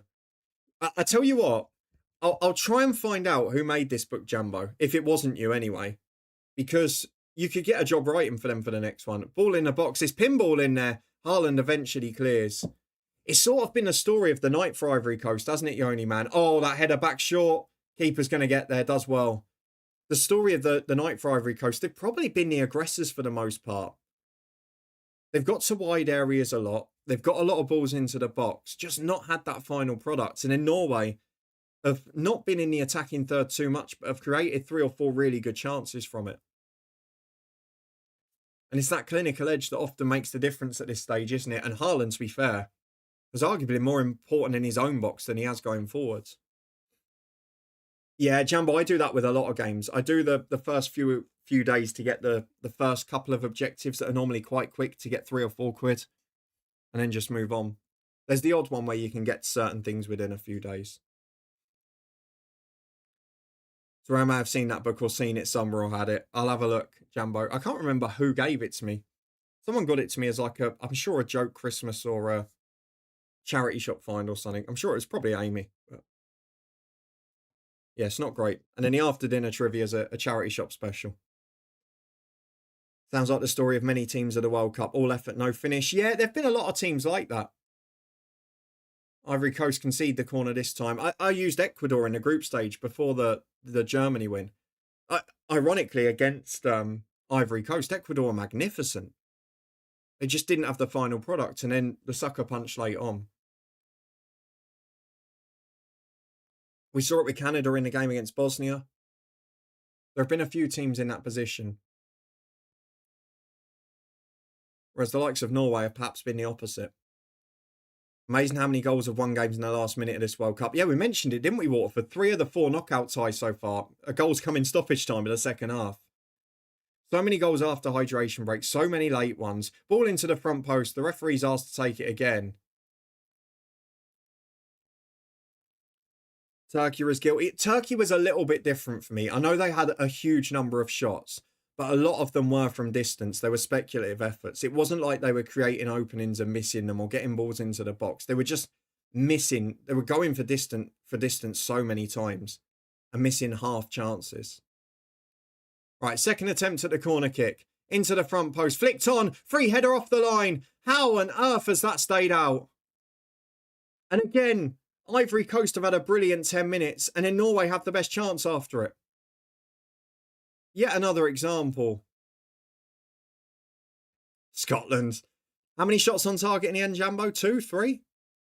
It's nice not constantly making so-called conspiracies. It's a lot more relaxing, isn't it, Jambo? Just sitting back and enjoying things. Who's been the better visiting fans this World Cup, Scotland or Norway? I never like to say on those things, Cash, because we're looking for the penalty, which has not been given. Or has it? Oh, we're waiting still. Now it's been given. We carry on. It's one of my favourite things about the major tournaments. It's just that mix of fans. And you've got to remember, 95% of fans from every country are brilliant. They're there to watch the football. They're there to get in the spirit. They get involved themselves in the community. They love it. And it's great to see so much. I always like it, like when Sweden turn up, when the Republic of Ireland turn up, you get the colours. Like, it's magnificent. It's the best part of the international tournaments. Some I genuinely believe, but it isn't the place for them. Exactly. There's places called Twitter and Talksport where you can share all your conspiracies and indulge in them all day. Offside against Norway there. We're coming up to the next hydration break, I think. I'm going to have to run for a wee, I think. Good evening, Si. Good to have you in. All of these knockouts have had insane goal line clearance. There's been a lot of goal mouth action, Cash. Even though there haven't been loads of goals in some of the games, the amount of goal mouth action, the amount of teams trying to win games has been great.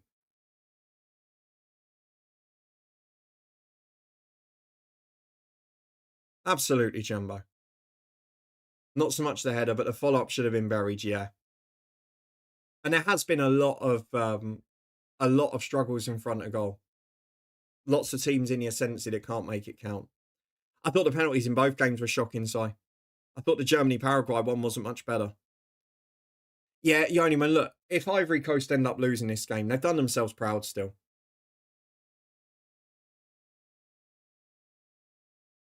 Yeah, to be honest, Jambo, the problem is those chats, they're always going to be worse outside the football season because most of the reactions are going to be to news about transfers and rumours and things that are naturally going to cause rifts. Whereas in the season, you're mostly talking about the games. And as happens this season, if we get loads of conspiracy chat, I'll just be deleting it en masse. Obviously, in the English chat, there's a lot more clubs. There's a bit more spread of support. So you've not got quite that intense focus on one league or one set of teams. I was reading this morning that no one on Germany wanted to take the sixth pen. To be fair, they're easy stories to write afterwards. I wouldn't worry about that. I'd be more worried about the ones they missed in the first five with the allotted takers. I agree to an extent, Jumbo, but now it's been separated, it's easier to find and it'll just be clamped down. Have you had to do any delete and post in your message? I've had to delete loads of message chats, which is why there was a final warning the other day in the Scottish chat. And to be fair, I deleted the peace one this evening. I've not even looked at it this evening, so God knows what's going on there now, but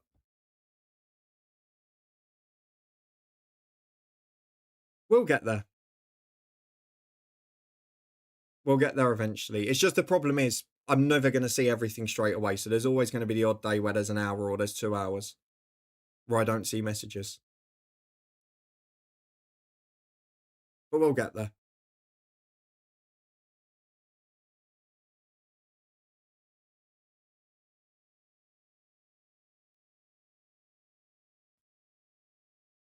I've just had a message to say that the football director video has reached 70,000 views, a new record for your channel. Isn't that lovely? It's still averaging 1,000 views a day, which is genuinely astonishing to me. But thank you, everyone, for the support with it. Who would have thought when I ran upstairs for 25 minutes when my family were up on Maybank holiday weekend that would be the video that changed the channel, eh? It's never the ones you expect. It's just Jack doesn't seem happy that Magic responded to Harvey about the Germany disallowed goal. Oh, I don't know. I haven't looked yet. I'll have a look after the game, Jumbo. Welsh Government have announced a new North-South coach service. Don't know if it will run on Friday nights after games, but it's a good start. Well, hopefully it will, if that's going to be part of it. You'd imagine those are discussions that have been had. Has it paid for your garden at 25 minutes? Hasn't paid for the garden, Jake. But let's say it's covered the train tickets to Reading. Well, let's put it this way. It covered my half of the Luton season ticket, which is something no video has ever done before. I'll have a look. I'll give you an up-to-date figure of, I don't care. I'm honest enough here. It is by far the most successful video the channel has ever had now. Referee decision chat is boring. It's either Celtic Rangers bias Rangers, but that's my thing, Hart, and it's kind of proves side that it's not really the case. Is everyone used to go penalty to Rangers and all of that, and then last season when it started going against them, it's Celtic who get it. Just proves it's all nonsense, doesn't it? Just watch the games, enjoy the games, and to be honest with you, like one of my best mates is a Rangers fan. When I want to talk about Rangers, I talk with him. What I want to see in a Scottish football chat is to talk around the streams when we do the Friday night championship watch-alongs, to hear Aidan at Clydebank, to hear Macca at Sterling, to see all those people watching our league fans, the game experience for Jambo and Liam when they're going to watch Hearts in European football. Like, those are the things I want to hear about. And that's fine, Jambo. You can genuinely believe it. But what does saying it 100 times after every game change? It doesn't. It just makes you more annoyed and makes other people more annoyed, doesn't it? That's my point, is you can believe things. And I don't really blame people who believe that Celtic and Rangers get more of the decisions. That's fine. But going on about it forever and constantly winding yourself into a frenzy every weekend, it's not going to help anyone. The same in England. I think most fans would probably suggest that the big 5 or 6 get more of the decisions than anyone else. But you get on with it and you still enjoy your football, don't you? And that's it, Jambo. I'm happy to say what I think of the decision. But then the thing that people can't do is move on. And that's the thing that the social media generation's cool, because they then read 3 days of constant conspiracies as, hang on a minute, Ivory Coast break in from the right. Oh, that is magnificent. That is unbelievable from Amad Diallo. He's beaten 4 or 5. He's done the reverse Ryan Giggs, but cutting in from the right-hand side. What a run. What a finish. Doesn't look so silly leaving him on the bench now. Dinner is going to be delayed half an hour because the Ivorians are level, subject to a VAR check. Yep, it's your former wizard, isn't it, Jake? Didn't do that against Luton in the playoffs, did he? Thank God.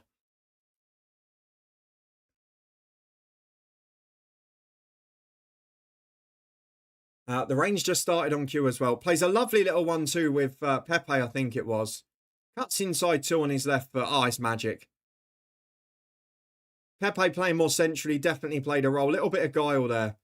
He takes the touch on the outside, which makes them think he's going to go right foot. Cuts inside another. Second defender can't get there. And to be fair, to place it between the defender on the line and the keeper, that is magnificent. And he's made the impact. A lot of criticism for him being on the bench, but the manager knew what he was doing. Let's get the score updated. That one's not getting disallowed. Goal apiece.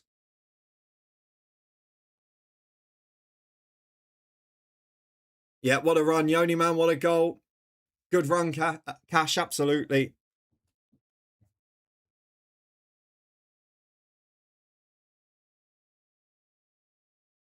Let's catch up with this.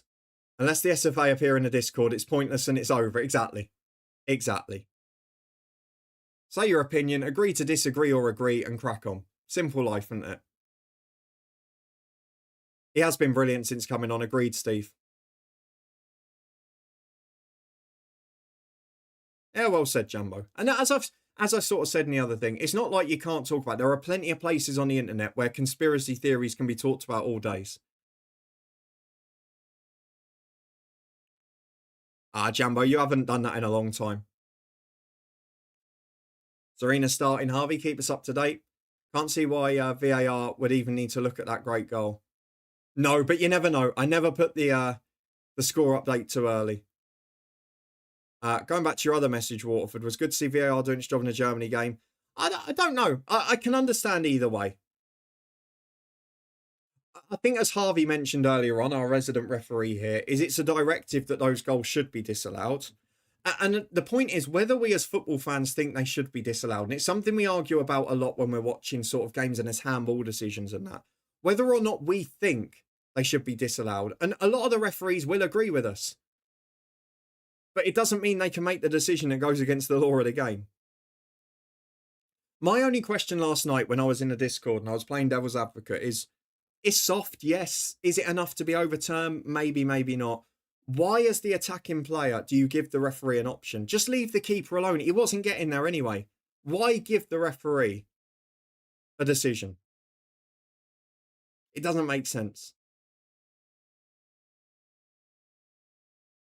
Yeah, Jumbo, it's just those two that push each other's buttons, but they're both on a final warning on that front now. The heavy rain is starting now. I hope I haven't left any windows too widely open. Ivory Coast breaking forward again. Little back heel. Oh, no, he's gone down too easy there, Pepe. Didn't quite make it. A lovely idea, though. I've got it on split screen with this and the football on TV. Lovely, Jake. Yeah, since Pepe's moved more centrally and Ahmad's gone wide, it's worked really well. Because Pepe's now playing a central role, isn't he? Why he's gone wide. Serena gets 2 points against the serve. There you go. It'll be a slow start. That is some heavy rain. Drives me crazy with all the interference with goalkeepers on corners. No, I agree with that. They fouled him all night too. I just don't know why you get involved. Whether it's right or wrong, for me it's 50-50 and I'm not that... I wouldn't complain that much either way. What I don't understand is why give him the option. He was going to have no impact on the play there.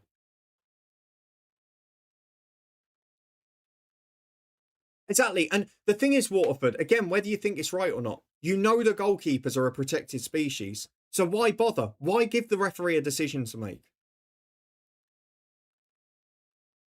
Aim's only a few months behind me. The thing is, Jambo, people are naturally going to mature as they go along. When I was 17 or 18, I would have got involved in those debates for a bit longer, thinking I can keep arguing and keep winning this debate over and over again. But at some point, you develop emotional maturity, or most people do.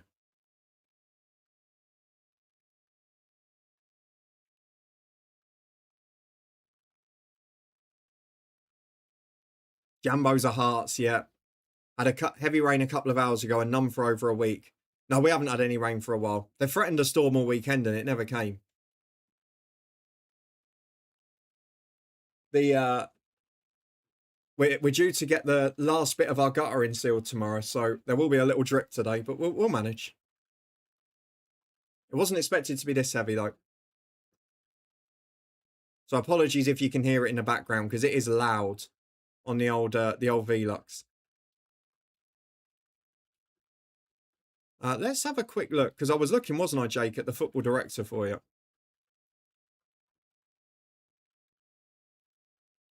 We can't hear it. That's pretty impressive. Any heavier, you might. It's really distracting for me because I can hear it over the headphones, so I then think, oh, surely you can hear it. But the noise cancelling mic is not that bad. I've obviously not got the big expensive one that some of the big streamers have got, but it's not bad. Thing is, the lower leagues, the referees clamp down on it, but in the Premier League, they get away with it. Hey, don't you especially one club? We're avoiding that. But yeah, I get what you mean. The Premier League sets an example to an extent, particularly in English football. And then more clubs try it. But like you say, the keeper gets touched in lower leagues. Generally, they'll play safe. But also having VAR there means you naturally get less decisions in all of the top leagues because they know VAR's there if they've done something massively wrong. I suppose, Steve, you're the example, aren't you? You get most of the heavy rain. Now, this is the other side of Ahmad's game. I'm not sure how much contact there was, but he does tend to like going down, doesn't he? Bless him. Yeah, so Jake, the last 30 days or 28 days, the football directors earned just over 100 quid. So it's still doing remarkably. In the last month, it's earned more than any video before on my channel had in all time. Is that Tyler Fletcher in the crowds? I don't know. Let's have a look. Yeah, maybe it is, you know. It's pretty similar, doesn't he?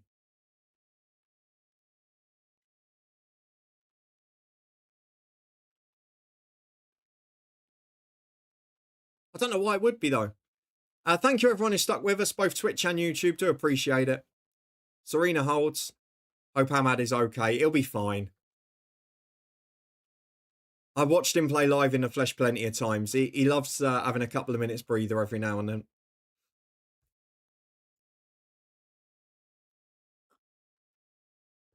I really hope there's a winner here. I'm starting to get peckish. Another half an hour. Are we going to get penalties for the third time in a row?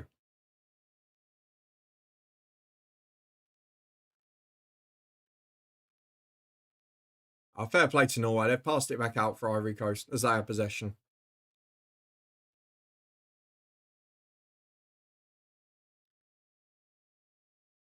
What's Shawnee up to? Well, there will be a winner eventually. Yes, there will. Sooner rather than later. Nah, Shawnee. I hate stuff like that. I've got to be honest with you. I saw there's a football website I follow, and I saw every single post that was on social media. Someone had written a comment celebrating a 1 month anniversary or whatever of Gabriel missing a penalty. And I just go, how sad has your life got to be?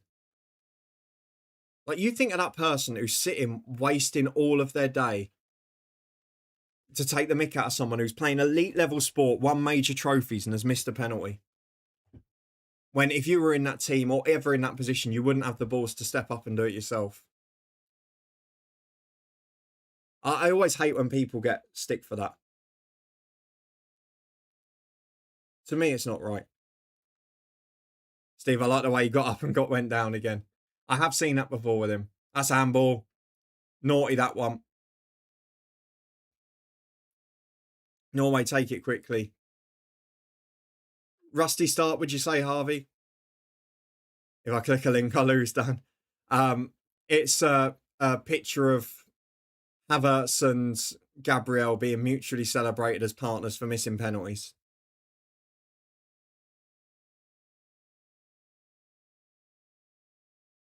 The thing is, the best players in the world miss penalties. Messi and Ronaldo have both missed 20 to 30% of their penalties in their career. Haaland's missed plenty. Pretty even start with poor quality, Harvey. That's not a surprise either.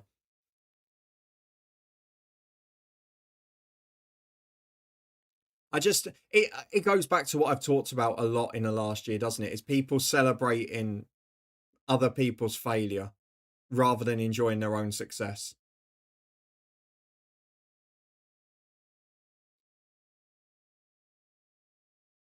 And like, people do it and go, oh, it's a laugh, it's just a bit of banter or whatever. But then they cause thousands and thousands of people to pile on this person. In a lot of cases, they get abuse for God knows everything under the sun, from what team they play for, demographics, family members, all sorts of things.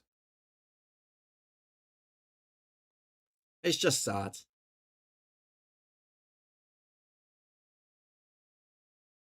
There's been plenty of people though, Jumbo. Every fan base has got them. And this is why, like, you can never separate it into one fan base, because every fan base has those.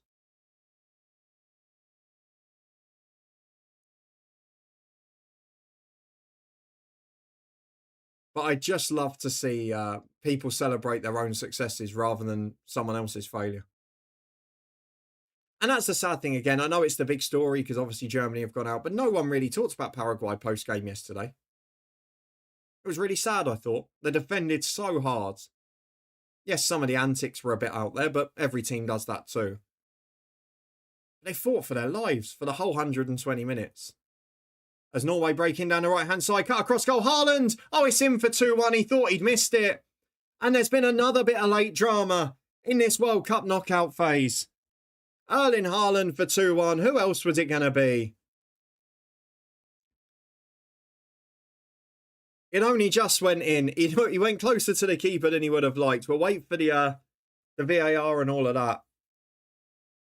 It was a lovely pass in. I didn't see who played it from the right-back position.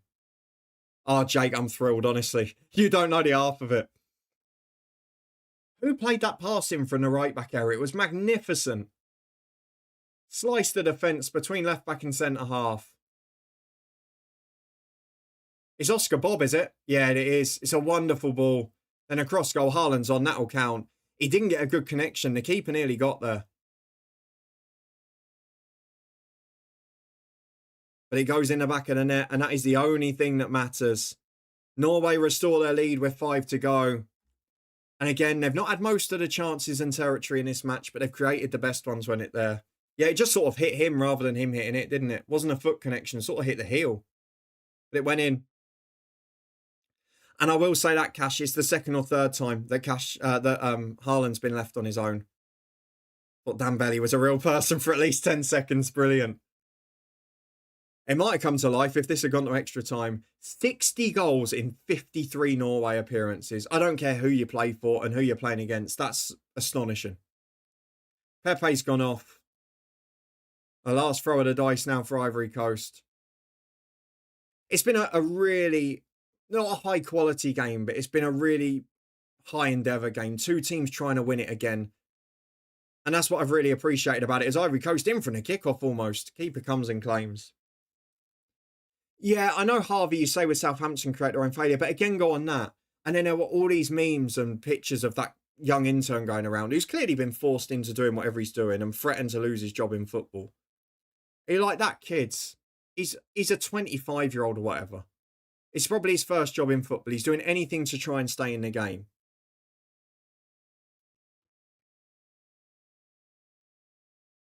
And he's the one getting the brunt of it when he's getting instruction from the manager. I'm baffled that Eckert's managed to keep his job, to be honest. Desmond Harvey. I laugh at the club, but not him. No, but again, he was the one who bore the brunt of it early, which was completely wrong. I don't know what the streak is, Steve, but 60 and 53 games sounds like a pretty continuous one from the start of his career. And he's gone in behind there again. Good defending in the end, but there's a 4-on-4 now. Ivory Coast have had to commit men forward. Oscar Bob on the right. Hope he can get back to his best next year, because he's had a really torrid time for 18 months with injury. He was so promising prior to that. Oh, Serena, sorry. I thought I'd missed a goal here, Harvey. I'm not that far behind, am I? We're in the 89th minute. Norway will take their time on this throw-in. Will they be punished for doing so? He's sensible. Gets it back in play quickly for Erdegaard. And the Ivory Coast defender does really well there. 13 games, I think, Steve. Incredible. He's clearly not one of the best all-round players the world has ever seen, but as a centre-forward, he's something else, isn't he? And to have the best three strikers in the world be completely different players, in probably Kane and Mbappe and Haaland maybe taking over from the Lewandowski role of the last generation. It's lovely that they're all such different players. Good challenge by the Norway defence again. And this is where, can Erdegaard keep possession? Can they keep control of the ball? Sander Berge doing the same. And then can they find a counter-attack when the moment's right? It looks like they're very content to keep the ball. And Ivory Coast are basically just leaving the back four. And everyone else has gone. And it's now a 4-on-4 again. Haaland makes the run in behind. Chance for his left foot. Holds it up instead. Turns outside. Oh, it's taken off his foot. And it's a poor finish. As a pure goal scorer, he's without equal. Absolutely. And then as someone who can run with the ball and create his own chance, Mbappe is without equal. And then for someone who can drop deep and be both a creative spark for the team as well as a world-class goal scorer, Kane is unequalled. But I liken Haaland most to probably Lewandowski of the last generation. Kane probably more the Rooney type. And then Mbappe's the sort of the Henry type, isn't he? You've got the sort of, you always get one in each generation. It's lovely that they're all so different. Here's a suggestion. The winners of the World Cup should hold the next one, just like in the Eurovision Song Contest. I think that would lead to an unfair amount of tournaments being in Africa and Asia, where obviously there aren't winners. I mean, for all the criticism, once the football's kicked off here, this World Cup's been brilliant. And Canada and Mexico being involved has helped too. The Qatar World Cup from a football point of view and for fans was magnificent once they got there. Yeah, that is the difference, Steve, isn't it? That he's got that huge aerial threat too. Canada are in Eurovision next year. So yeah, technically, I guess you're on there. Let's finish with a who am I then. We've got 7 minutes added on. Ivory Coast on the left. Is it going to be the end? Oh, clawed by the keeper and then off the line. They're still going in the box. 6 minutes to get a who am I in. Or is there going to be more? Everyone behind the ball for Norway now. Even Haaland 30 yards out from his own goal.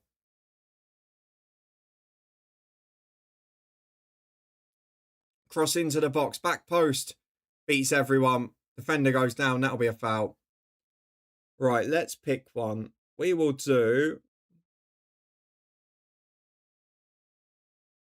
Let's go for this one. I'm not sure it's got a connection to today, but I like it. Just play slice to Serenus. You can't get down low at all. That's the rustiness when you come back, isn't it? The agility's the last thing to return, if ever. Who am I? I'll put it in both chats so you can all see it. I've played with Mickey van der Ven, Mo Salah, Hugo Ekitike, Nathan Ake, Konstantinos Mavropanos, and Mario Götze.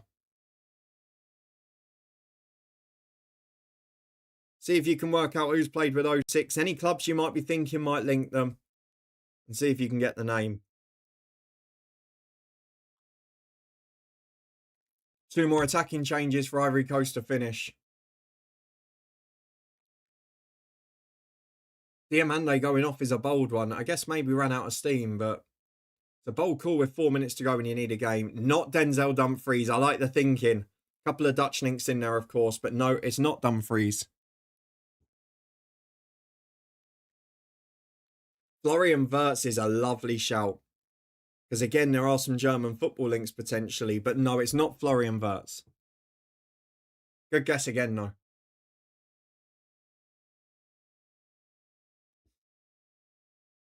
Gravenberg, lovely shout again, Steve. Not the answer.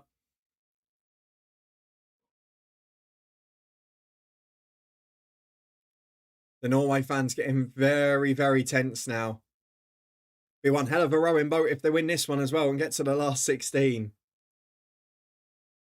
Looks like we're going to get a couple of good watch-alongs in around the 16. I know it's a draw that's a little bit unfortunate to us because it's a lot of the games that are being the last at their venue before they get to the big European friendly kickoffs in the last 8 and 4.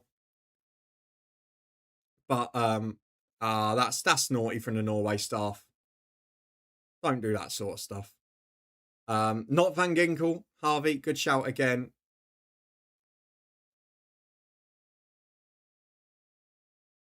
But yeah, we'll still get a couple of last 16 watch-alongs in, even if most of the games are overnight. We'll find a way.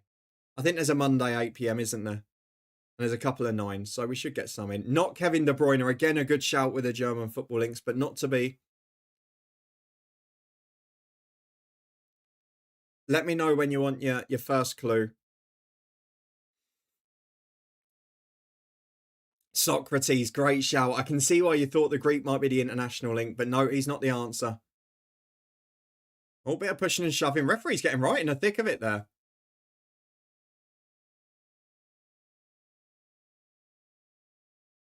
I was trying to slow it down. Tom, Norway are going to knock Brazil out. Do you reckon? I'm not so sure about that based on this one. I mean, Erdegaard, to be fair to him, he had no intent to get near the ball there, did he?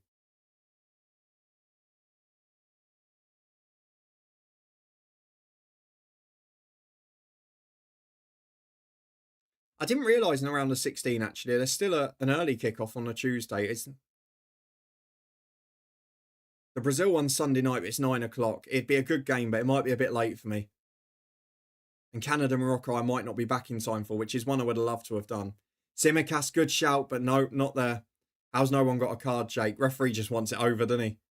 He's got his dinner ready as well. Free kick. Oh, what a save. Some effort that is. What a free kick from Diallo. It's not far from the corner, you know. That's magnificent goalkeeping. Clue 1, Jambo. No, you're incorrect. Clue number 1. There are 4 German football links. Clue 1, there are 4 German football links. So quite the contrary.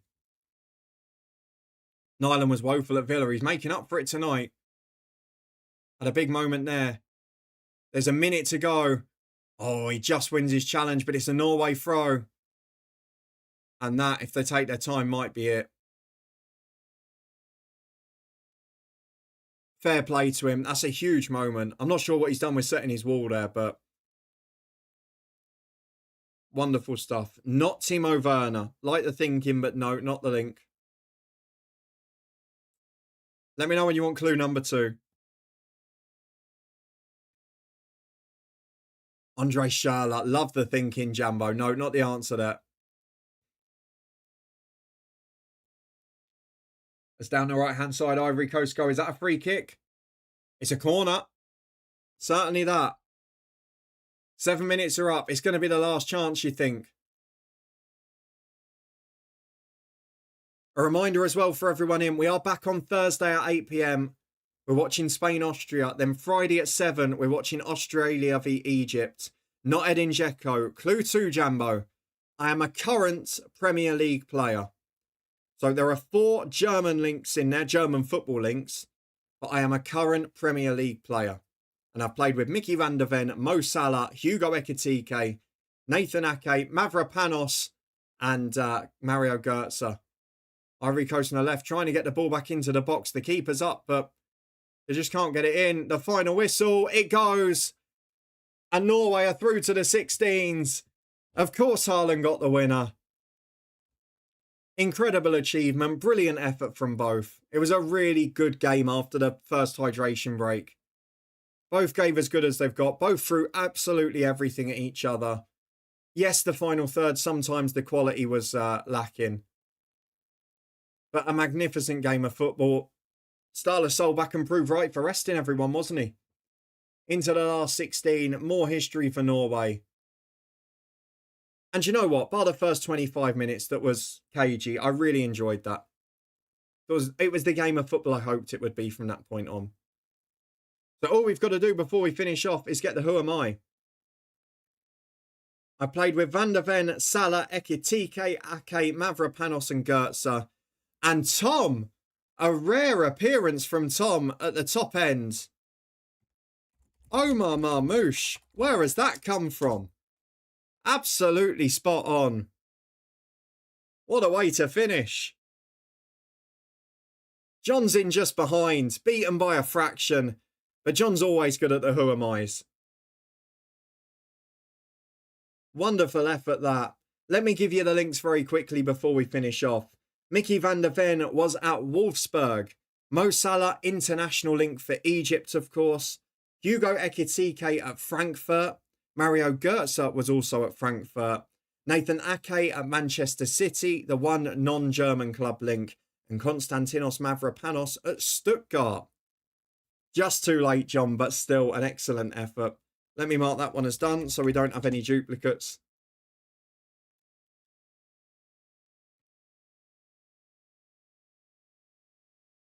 Wait till John sees yours next season. He'll get all of them. He'll be top of your table by a million miles from your Who Am I's. I have got a couple of Scottish themed ones for next season as well, Jambo. So I might offer them as 2 separate channel rewards. Go and watch Serena become an intriguing game. Yeah, because there's now 2 hours off. Before the next game, 10 p.m, France-Sweden. I'll get a poll in the chat just before in Discord. Remember the days when Norway were qualification whipping boys, yeah? They obviously had a few years in the early 2000s where they had some good attacking players. And then the 2 centre-halves from United.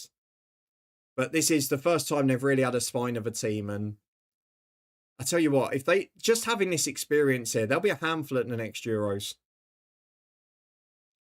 A massive thank you again to everyone who's come along tonight, both YouTube and Twitch. I've really enjoyed it. I love the football chat. You make the game so much more fun for me, and I hope it's the same for you guys too. We are back on Thursday at 8 for Spain, Austria. Friday at 7 for Australia, Egypt. No worries, Jambo. I'll get up to date with them as soon as possible. Imagine if they had Reese's free kicks in this team, yeah. But regardless, after the first 20 minutes, a really good game, that. I'm looking forward to doing it all again on Thursday. I hope you guys are as well. Back at the normal time of 8 p.m. If you're on Twitch now, we will go and find somebody to raid. Hopefully someone we're following is live. They are. Hunkleberry Finn is playing FM24. So do you know what? We'll go over and we'll show the Scots some love. It's been a tough week for them. Getting back to FM for a few hours, Steve. Lovely. I've got to get to tomorrow's recording point with Real. It is Norway who come out on top and head to the last 16. Thank you very much for spending your evening with me. I'll see you again on Thursday night to do it all again.